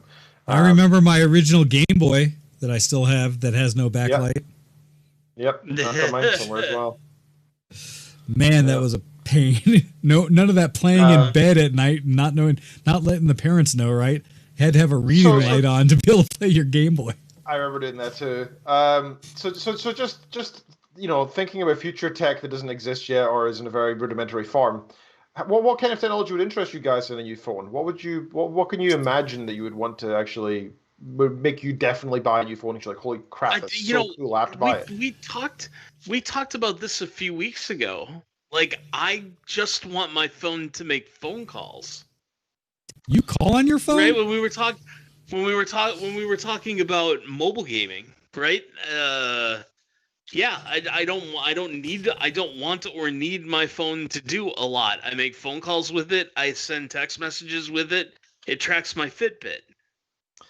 I literally have the opposite. I don't actually have a phone. I have a Wi-Fi device that I use. Like, that's it. Okay. Huh. So, what were you waiting? Like, if I'm and just sorry, Ken. No, go ahead. Just to elaborate on that a little bit more. If I want to watch, a TV show in the bedroom, for example, I have an iPad for that. If I want to play video games on a trip, I have either an iPad or a 3DS or a Switch for that, right? And this is somewhat Eurocentric because I'm only making like 90-minute business flights, right? And so I'm going from Oslo. Yeah. Well, back when I traveled, I was going from Oslo to somewhere in continental Europe, be it Prague or Berlin or wherever. So, it's not long enough to watch like a full feature film, but you could play 2-3 games of Isaac in the flights over, right? So not bad, but yeah, I don't want to do any of that on my phone. Interesting. Right? And so it's a weird manifestation, I think, of range anxiety with electric cars. Because I'm petrified I'm going to be someplace that I don't know the local language or I don't know, something, and would need to be able to at the minimum connect to the internet, and my phone has no battery. Oh, I that's can just understand the problem of carrying a portable, right? I mean, I always have a portable charger with me so that I can, I can charge my phone, I think 10 times before it's self-dying. Yeah, I got you. I don't have any of those. Either. It's like $30. Well worth it. Well, sure. Here's the thing. No, I got dispute that. I got what Todd's saying because I still have that. There are times when I travel thinking my phone is going to be completely normal and I won't have to worry about the battery I take because I have a massive battery that I have because I've taken it when I've gone camping for 3 days. And the battery has lasted, given me enough charge on the phone multiple times that I can use it throughout the weekend without any other source, right? So I definitely provide for that. But there's a lot of times when I don't pack it because I'm assuming I should have enough range and things like that. I'm a little different in Todd's use case because I kind of do want my phone to do all of that because I don't have any other mobile devices I carry. I don't have a portable gaming system I carry. I don't have any kind of tablet. In fact, it's funny because I got this $350 gaming tablet thing from my older brother as a gift, mostly because it's actually designed primarily, I asked for it from him. It's a prototype they were using for his company that I invested in back in the day for the submarines that you can fly. That this is what they're using as a control scheme because you can actually visualize the camera real time and then use the joysticks and stuff to fly it. Well, it also happens to be, it's really just a $350 gaming 8-inch screen, basically, Android device. I can't imagine carrying this with me ever, and I just have it for a controller for that sub, even though it's actually a pretty solid gaming thing, and they already have emulators preloaded on it. And so, I don't know, maybe I'll play with that a bit, but I would not pack this with me in addition to anything else while traveling. I will just, if I can, take my phone and Bluetooth headset and everything. Yeah. So here's I think what may be the thing. I can't travel just in carry-ons. Okay. Right? So even if unless it's like a day trip where I'm flying from Oslo to the west coast of Norway for a meeting and then back, which has happened a couple of times. First world problems. But if I'm overnighting someplace, I have to check a bag. Okay. Oh, So- dude, I managed to get to the US with 2 checked bags. That's pretty much everything I owned. Yeah, I usually well, don't bring much with me. Yeah, I've made that trip too, buddy. But like, you know, for example, just like a weekend trip, right? Sorry, a midweek trip, but like 2 nights. Yeah, yeah. Like I still have to pack a small checked suitcase with all of my clothes and stuff, and then my 2 carry-ons are the laptop, which you have to take, right? And so if I'm packing a bag with a laptop in it, I might as well take the iPad and the Switch too, because I've committed a bag to the laptop, so the rest might as well come with. And then the other one is my CPAP. And that one gets to come with because it's a medical device. So, Yeah. you know, even when they say you are only allowed 1 carry-on on this flight plus 1 personal item, it's like, oh, that's a medical device. Yeah, exactly. He's You like, get the "Nah, extra nah, bonus. dude." They're like, yeah, nah, dude, you're good. It's like, And I you know, apologize for people on the street watching my screen as I was it's my fat bonus. as I was flipping between screens on there because Kuro asked me what the email was. I was like, oh, did you send us an email? Anyhow, so you saw not the CES coverage there for a second. No, So the reason I was asking about the mobile stuff was because I was thinking the only thing that I think that I would actually like to see in advancement in mobile tech and changes would be its ability to latch onto stuff. Because I don't know about you guys, but when I'm watching something or doing something for you know, if I'm on a plane or a bus or anything for any time that's longer than maybe like 5 minutes, I get fed up of holding a phone the whole time. It annoys me. I would be very happy if there was some sort of ability for either to stick to the seat in front of me or the wall or something they could do that safely without it having a chance of being easily disconnected. Maybe even by a, I don't know, some means that can only be unlocked by myself, right? So it's secure as well. Or potentially even if you are standing about, and this is way futuristic, if it could like float, right? If I could have my screen around me. That would be cool, right? So Ken, right? what if you didn't need to visualize your screen by holding it because you were seeing something virtually, meaning you have a wearable or something that allows you to just see your display? Because several of those were shown at CES as well.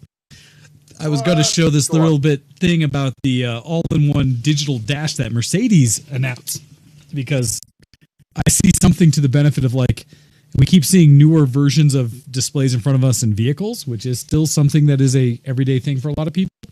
And Mercedes is now presenting one large piece of glass that's all one thing. But beyond that, and we'll see, Qualcomm has better sensors. There were things about masks, and we talked about probably the Razer one. I wanted to show. Never fail to capitalize on tragedy, everybody. Lots of companies did. You can always be sure that capitalism will come through for that. Yeah, no, capitalism will find that point in the market. But when you talk about displays, and I don't know if I can have it on this list or not, I'd have to go through this whole thing to find it. These are a few of the ones that were popular here. But there was announcement of a ability to improve all the way down from wearables that were glasses and various forms of VR or AR goggles. A lot of that tech was shown, where significant advancements from the old Google Glass, but things that get it closer and closer to us being able to have a screen in front of our faces all the time at higher resolution, more colors, things like that. There was a show of what had been shown before, but contacts that could have a display. And the difference this year from previous was actually having flexible material in the contact versus it being a hard contact.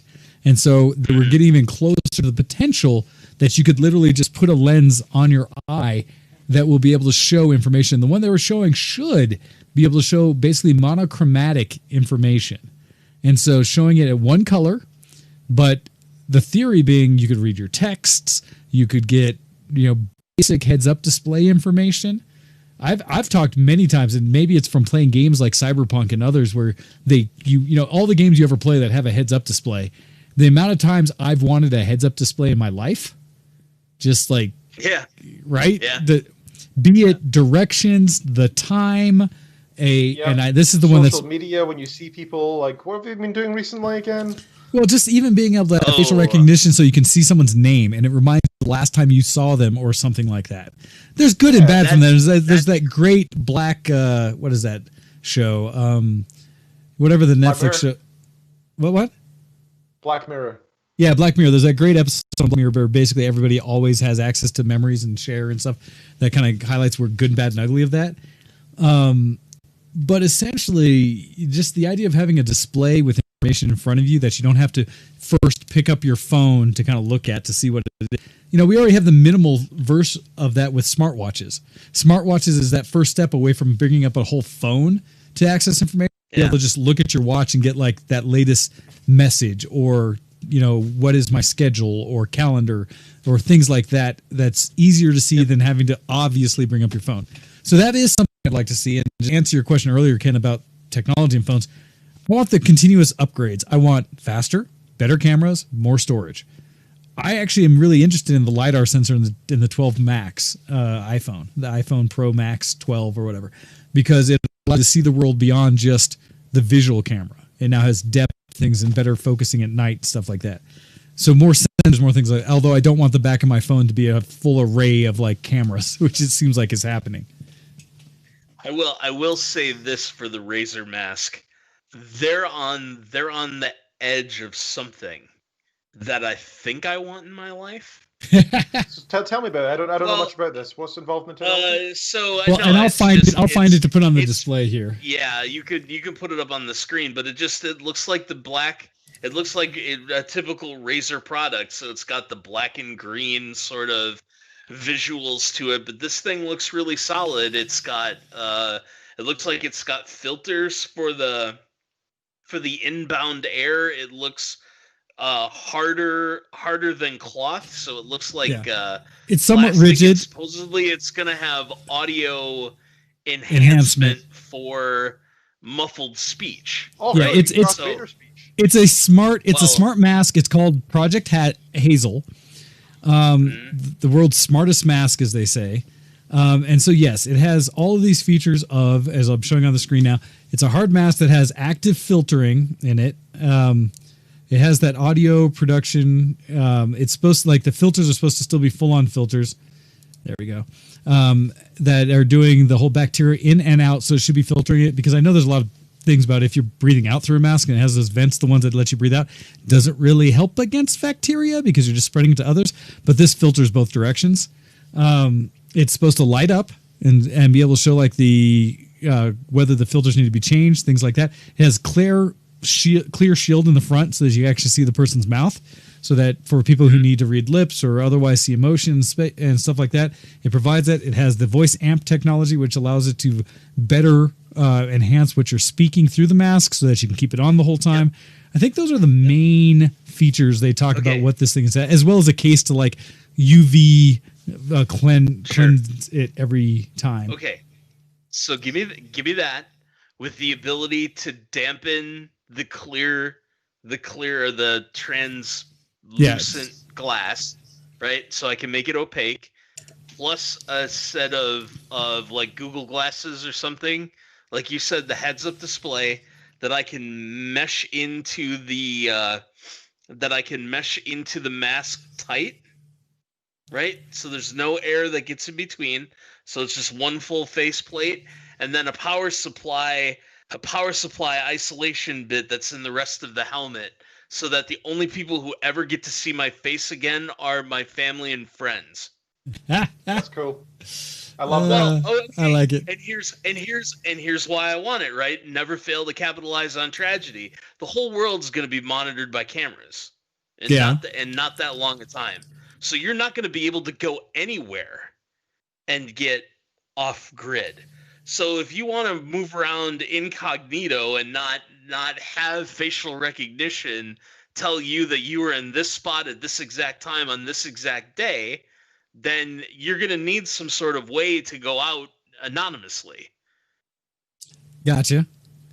So it's interesting. It's interesting because we're not far from there, right? Because I notice myself when I walk into work each day, because I have to wear our workplace. I have to have a mask. It's usually cold enough walking from my car to the office that I have my cap on, my beanie and such, that when I see my reflection in the glass doors going into work, you can see this much of me. And I feel more like the martial art I study, ninjutsu, more ninja-like, walking into work each day than like anywhere else where I'm kind of like, I kind of like this aesthetic. I'm good with this. I have walked around more with a mask and a hoodie on to the point where you can really only see my eyes. Yep. And really not much else. So you have no idea really what my hair looks like, except at the very front, like my bangs. You know what kind of color eyes I would have, but you wouldn't be able to tell anything else about my face as I'm just walking around.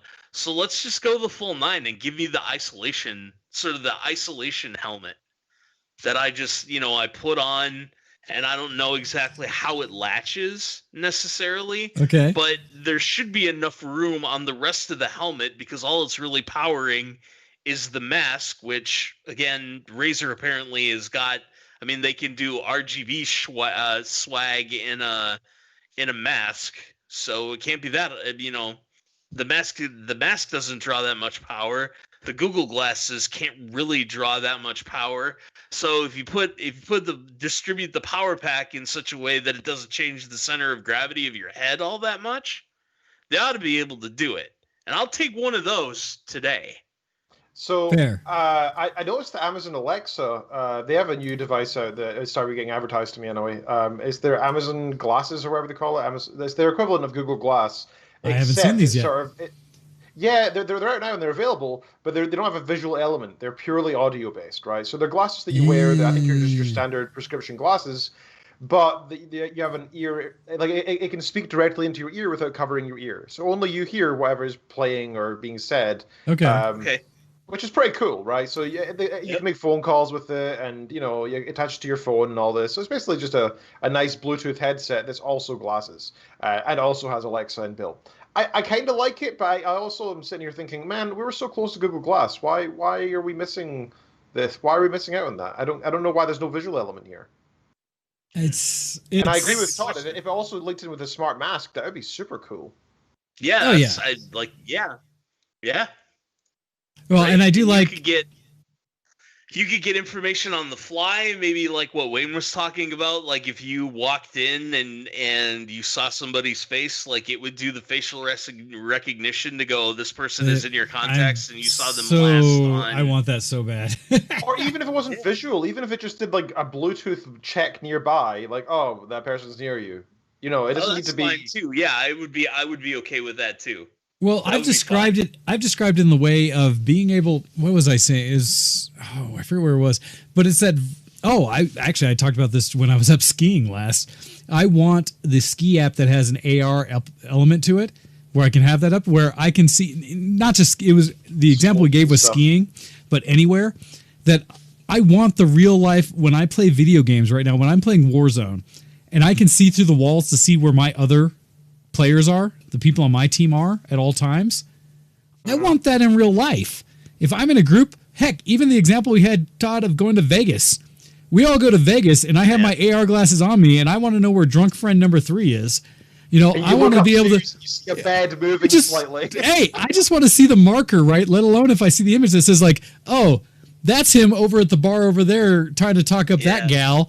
So-and-so's over there at, Pachinko's or, whatever gambling thing. So-and-so, like, I want that in real life. When I was skiing, I was talking about being able to have the voice where we could just chat with each other real time while it's up, but also being able to look at the map, because I was actually looking at being able to set up, I want this AR. I want to be able to virtually ski down a slope, have it map the slope for me, and then set up virtual gates so that I can play with my friends and we all make our own times through the same virtual path down the mountain. That'd be cool. That also maybe gives us some low light enhancement through LiDAR or something, so I can see when it gets grayed out and I can't really see the definition of the terrain. It highlights a terrain map for me over it so I can see every bump, right? And I want to be able to look over and see my friends over there, my friends over there, we're over there. This is how fast we're going. This is what run we're on. All of that is a little corner thing around my map, right? 100%. I want that as my everyday life thing, right? 100%. Google Maps overlaid onto what you're seeing. Yeah, you need to go that way, that corner up there that you literally see in front of you. Yeah, yes, that'd be awesome. Yeah, and they're talking about that because some of the AR technology at CES they've shown is going to allow some of that for bicycle riders, for motorcycle riders, for things like that, and various new heads-up displays for cars. So we are going to start seeing that kind of integrated in life.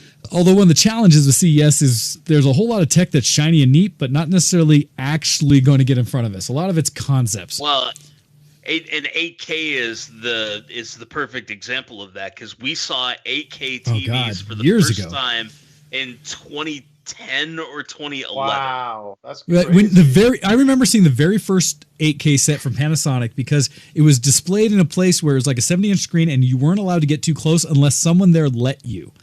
And they had it obscured where you couldn't see the back of it at all. It was like mounted into a wall, so you had no idea what was going behind the scenes. But it was 8K. Yeah. And same thing when we saw the 4K. The one that I remember was Panasonic. It was Sharp. Yep. And you had to go into this special... that's another one. So you went into this special booth that had curtains. Yep. And you didn't know what was back there, and it's like, okay, don't tell anybody about this, but we're gonna let you behind the curtains. And it was the first Sharp Aquos 8K TV. And you're just like, damn, that is beautiful. It was like, wow. Yeah. Like going from just HD. And we were all going, oh, great! You can now see the pimples on the porn starlet. That's great. That's awesome. I love that. Now you can see the pores. And now you can see the dirt that caused the pimple on the porn starlet because it's an 8K. Yep. It's like, it's just like, wow. So, and then I realized how much that would cost, and it's like, well, that ain't happening for like 10 years. Well, and that's the funny part. We have seen tech at CES that won't come out for 4 to 5 years. We've also seen tech that comes out that day. Another one that, and honestly, Razer's probably one of the best and worst for some of that. They have shown so many concepts that never come out, while at the same time showing stuff that is. One of the ones from a gaming perspective that I wanted to share, and this is a little bit of CNET's coverage of the video of it, is this gaming chair that Razer talked about. And it's Project Brooklyn, and it's a chair that in the back of it has an extendable roll-up screen. And so let's show, like, it actually has this thing that comes out that has a flexible OLED see-through screen that comes out from the back so that when you sit in it, this thing projects in front of you in this big curved display. Honestly, and I can think of a handful of that would be perfect. Well, because I've seen on the floor the versions of the triple monitor displays. You sit down and the whole chair, like, it would drop down in front of you. This is that to an nth degree, right? That it's this weird hidden behind you kind of display that comes up and shows this crazy monitor in front of you. How cool is that? But there's a lot of vaporware that comes out of CES as well. That's just like, no, that's true. Give me okay.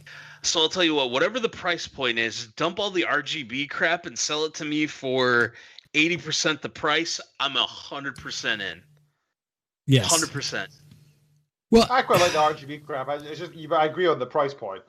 Well, that's a big part of it is price point. So one of the other ones that was shown, I was tempted to show the video of it, but this is not in like the tech scene of what we talk about for being gaming related or something, but more home. There's several home things. There's a refrigerator that is going to be producing, spherical cubes because that's fancy, and they showed they can finally do that automated.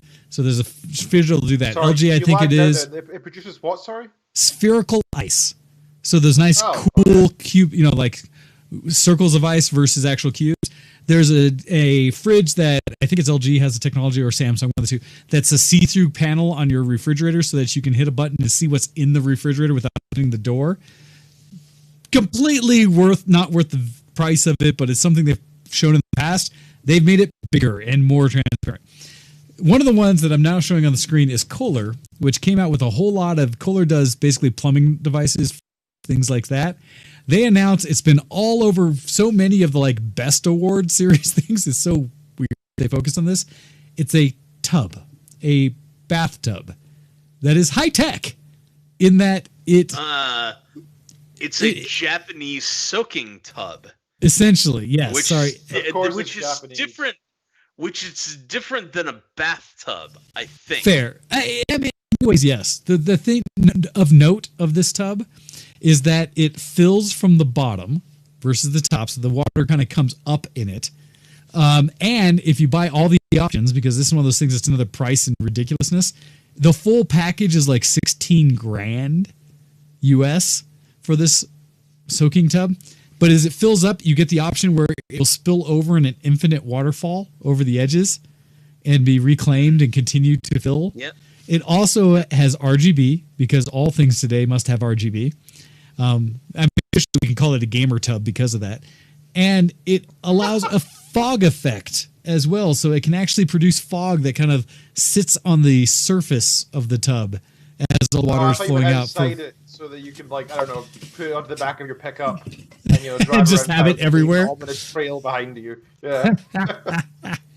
But I mean, CES is so crazy for that it shows like every of thing. Yeah. So, but Wayne, I absolutely would, depending on what the full like length, width, breadth of that is, or length, width, depth of that is. I'd totally go for that. Dude, I actually know. Right? I take baths. I would love that. Yeah, bathtubs suck. That, if it's deep enough, would be awesome. I agree. Because I totally do that. Looking at it, I fear it's not, but I'm spoiled by having the big corner tub that can hold like 150 gallons that I can actually lay down. Yeah, I'm spoiled by mine. But I looked at it, I was like, cool idea. If I could still lay down in it full length and be immersed, I'm down. No. More from the perspective of actually, like, I don't know, stuff we may care about. There was technology like Lenovo is pushing things with laptops that have a full e-ink back to it so that you can use it like a tablet when it's closed. Wow. Yeah, crazy stuff. GM is doing a big push on things like an electric delivery vehicle and electric pallet movers that fit with it, as well as, I think it was GM that showed a electric four-rotor parcel mover, like helicopter style, quadcopter style design that looked really interesting. Cadillac had a flying conveyance. Now, granted, they specifically talk about it as being for essentially the riches, right? For CEOs who just finished the meeting and need to get across town for the next thing, that the all-electric quadcopter will automatically fly you over there. That's super cool, by the way. That ain't me. No, it is super cool. No, it's not, but it is super cool. And by the way, perfect. It couldn't happen. It couldn't be more perfect, right? Because of everything current events that's going on in America, we're going to have the $15 minimum wage discussion this year. Gotcha. Yep. Very, very likely. So all of this robotics for logistics and food service and all that stuff is suddenly going to be affordable. Like ROI is going to be the ROI is going to match up now because at eight it may not be cost effective to put the upfront cost into replacing all of your workers with robots, but at $15 it probably is. So it's almost serendipitous that all of this is hitting at the time that it's hitting. So it's just really cool. I don't know. It's just all of this. So I go back to this meeting that I was in. I guess it's over a year and a half ago, maybe 2 years ago now, where everybody was showing off all of their automation technology and how great it was going to be, and self-driving snowplows and self-driving logistics and self-driving cargo freighter ships that could park themselves in a port.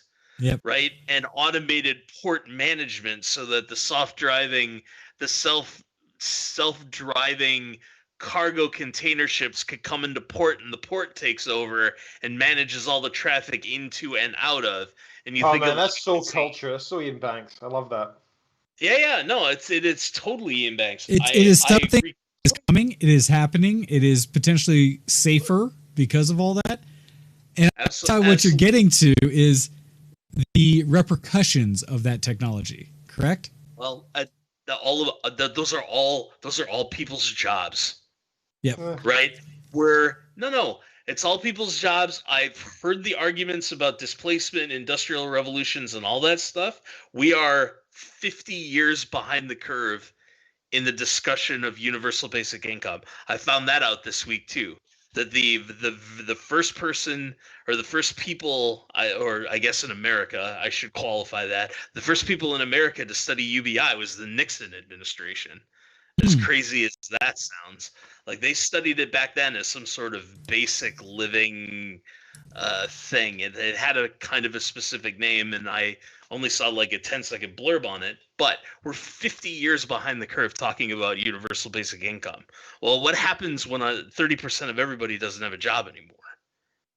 Like we've talked about that before. I don't want to belabor the point. I am still worried that the normal forces of displacement and industrial revolutions did not factor in the idea that a third of everybody would be displaced. And so anyway, again, not to belabor that point, I'm just concerned about that. So the fact that we're talking about the fact that at Consumer Electronics Show now, rather than at an engineering conference, it's now in a consumer expo or a consumer showcase, right? That there's these logistics robots, and there are cars that'll drive yourself, and you'll never get stiffed by a cabbie again, or the cabbie's never gonna take the long way, which in Vegas is like a real thing, right? Yeah, it is. That's never gonna happen. Most countries in the world is a real thing. Sure, but it just, I mean, especially poignant because Consumer Electronics Show is in Vegas, and everybody's had the cabbie go the wrong way, expecting that you don't know which way he's supposed to go. We'll just go straight down the strip. Yeah. The real good cabbies will ask if do you want to see the sights or do you want me to go the fast way? Yep. And so the ones that'll do that will usually take you down Paradise all the way to downtown. Yep. And then you're good to go, and it's like off strip traffic. Whereas the bad ones, unless you tell them like, oh, I want to see the sights, then they'll take you down Las Vegas Boulevard and you'll sit in traffic for an hour or whatever. Or the freeway when it gets jammed up at rush hour if you catch a mid to late afternoon flight in.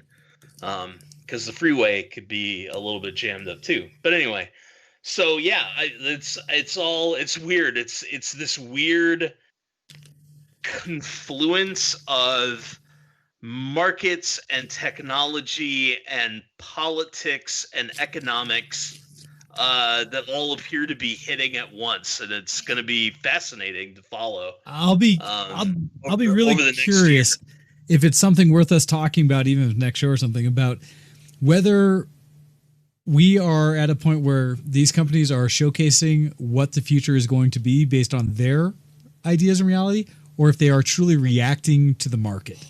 And is this what people are asking for?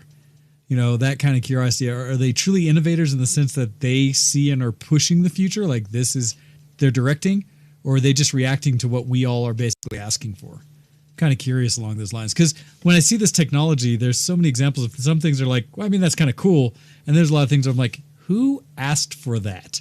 Where was that? Where is the I forget which company made it, the ice cream maker that you put in basically like a Keurig little packet that you hit the button and 90 seconds later you get fresh soft serve of whatever flavor it has in your hands, and it's going to cost like $2,000 for that kitchen appliance, right? And it translates to like $3 per little soft serve container, which I don't know how much it makes, but I can go buy a gallon of not terrible ice cream from a place for like $7-8, right? Yeah. Like, or like the 3-gallon one from Sam's Club or whatever. That's like, holy cow. So that sounded really dope right up until the point that you mentioned the price. Well, new things, right? Like, well, I was thinking to myself, well, you know, my coffee machine was only, we've got a single serve. Yeah. It's a grinder and it makes coffee. Nice. That kind of thing. So, and that was like $300. Well, Like, that's the thing. It's worth it though because it saves you driving to Starbucks and back every single day, and so on, right? You do save money in the long run. Yes. Theoretically, Walk yeah. across the park, whatever. I mean, I guess I just I'm don't not- need. I don't eat enough ice cream for me to have Yeah, a separate appliance. Forget that. Like, I'd eat they have an ice cream cream for maker. breakfast, like 3 days a week. Are you kidding? For like a year, I yeah. mean, I do That'd have be an ice fantastic. cream maker, and so I have used it to make my own ice cream.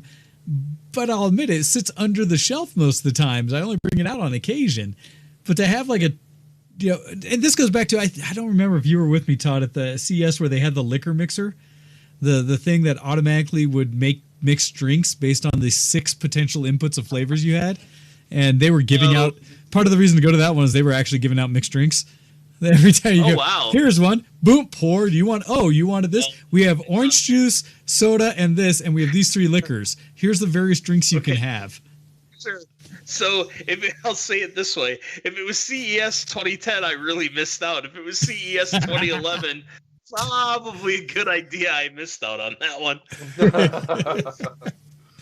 Oh man. So, but that is a challenge, right? Because some of the things you see come out are neat for the fact that they're showing a certain idea in technology. Others are legit answering like today needs, things that are the next step in something we're running in today. Like I said, I think we all agreed that AR would be fantastic. That now, granted, I couldn't own it because I can't have it at work, but I would want it in my everyday life, Sure. and things like that. I do want to be selfishly focus on one area I cared about.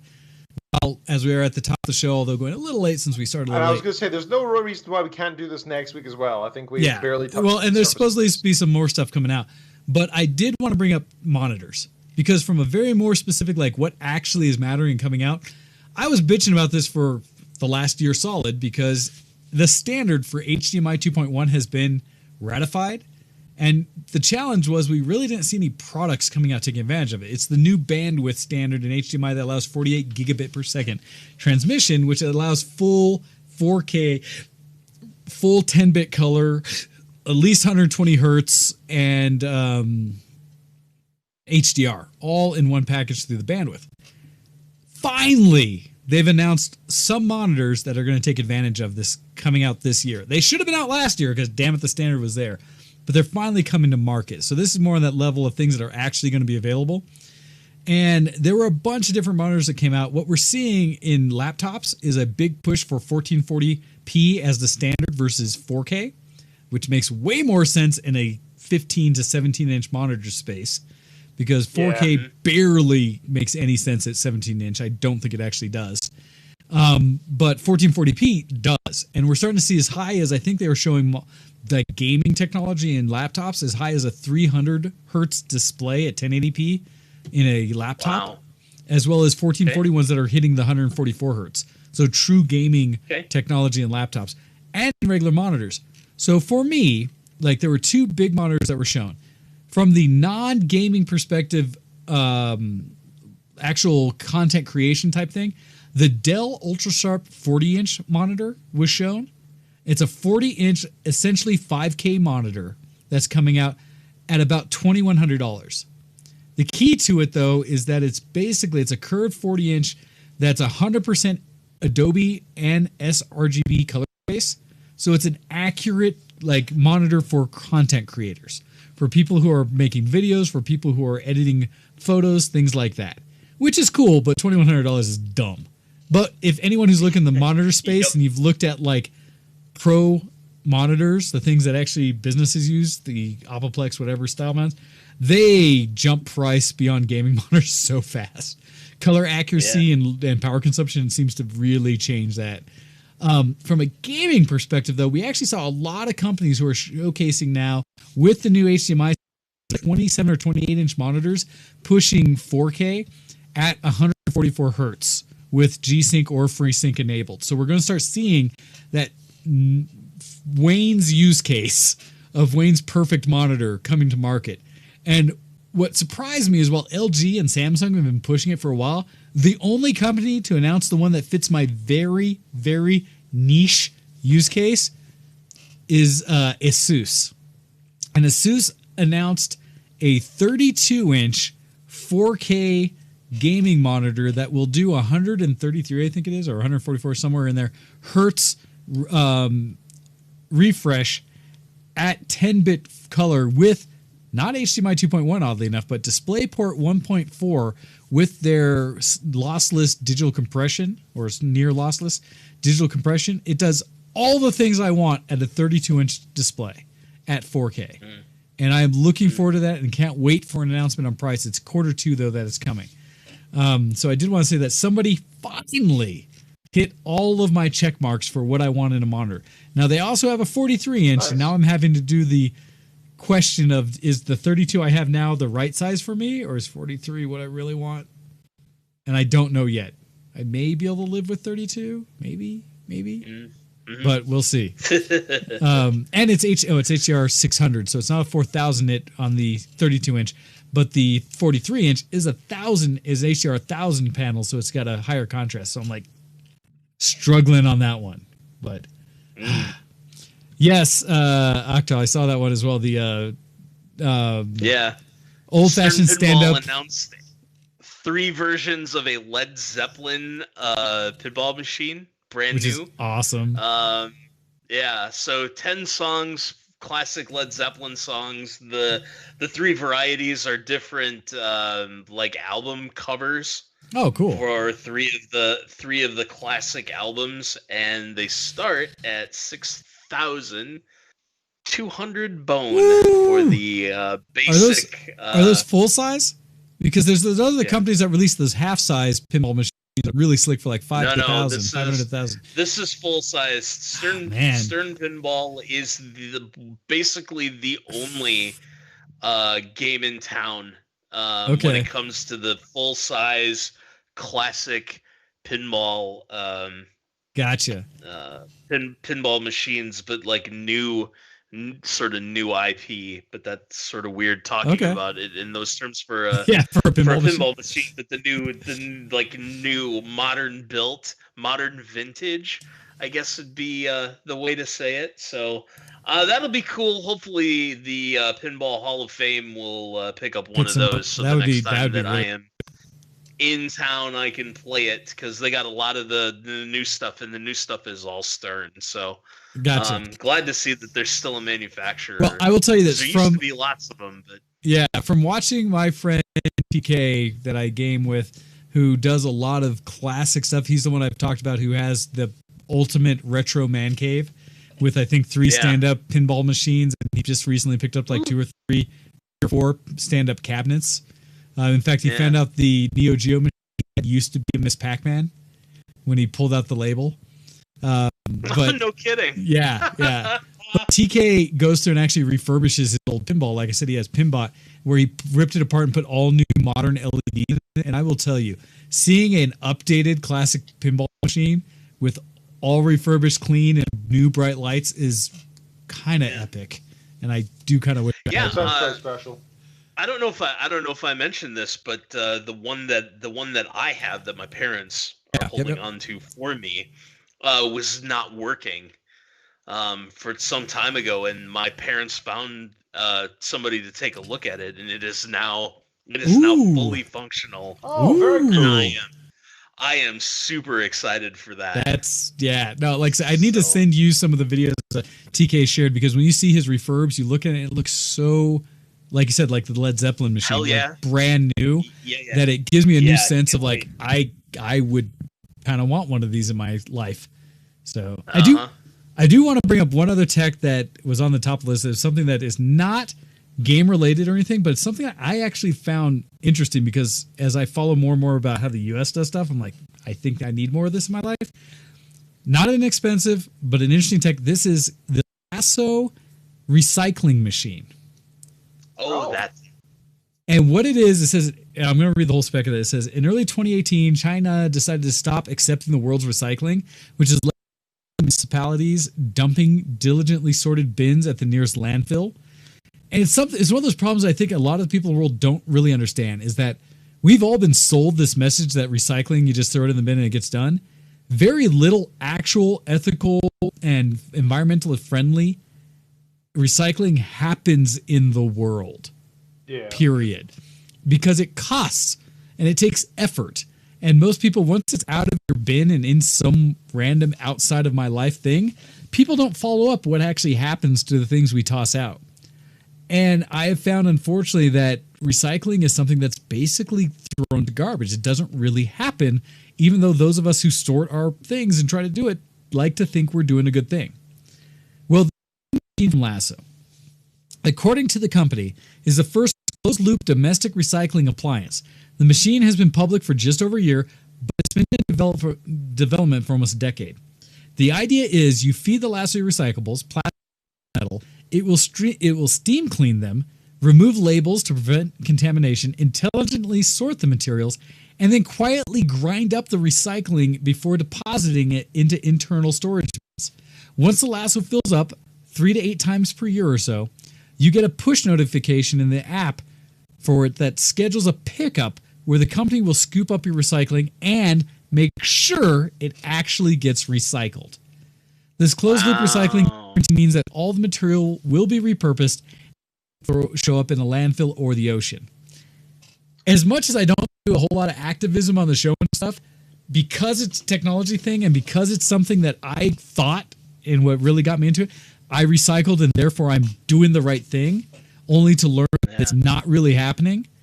I am so down for this company and what they're trying to do, because if I could go that step further and make sure that what I'm recycling is actually being reused, I feel much better about my life. And it's something where until I can politically, I guess, get it so that companies have to move back towards a reuse versus recycle model, this is a step towards, I think, actually doing something worthwhile.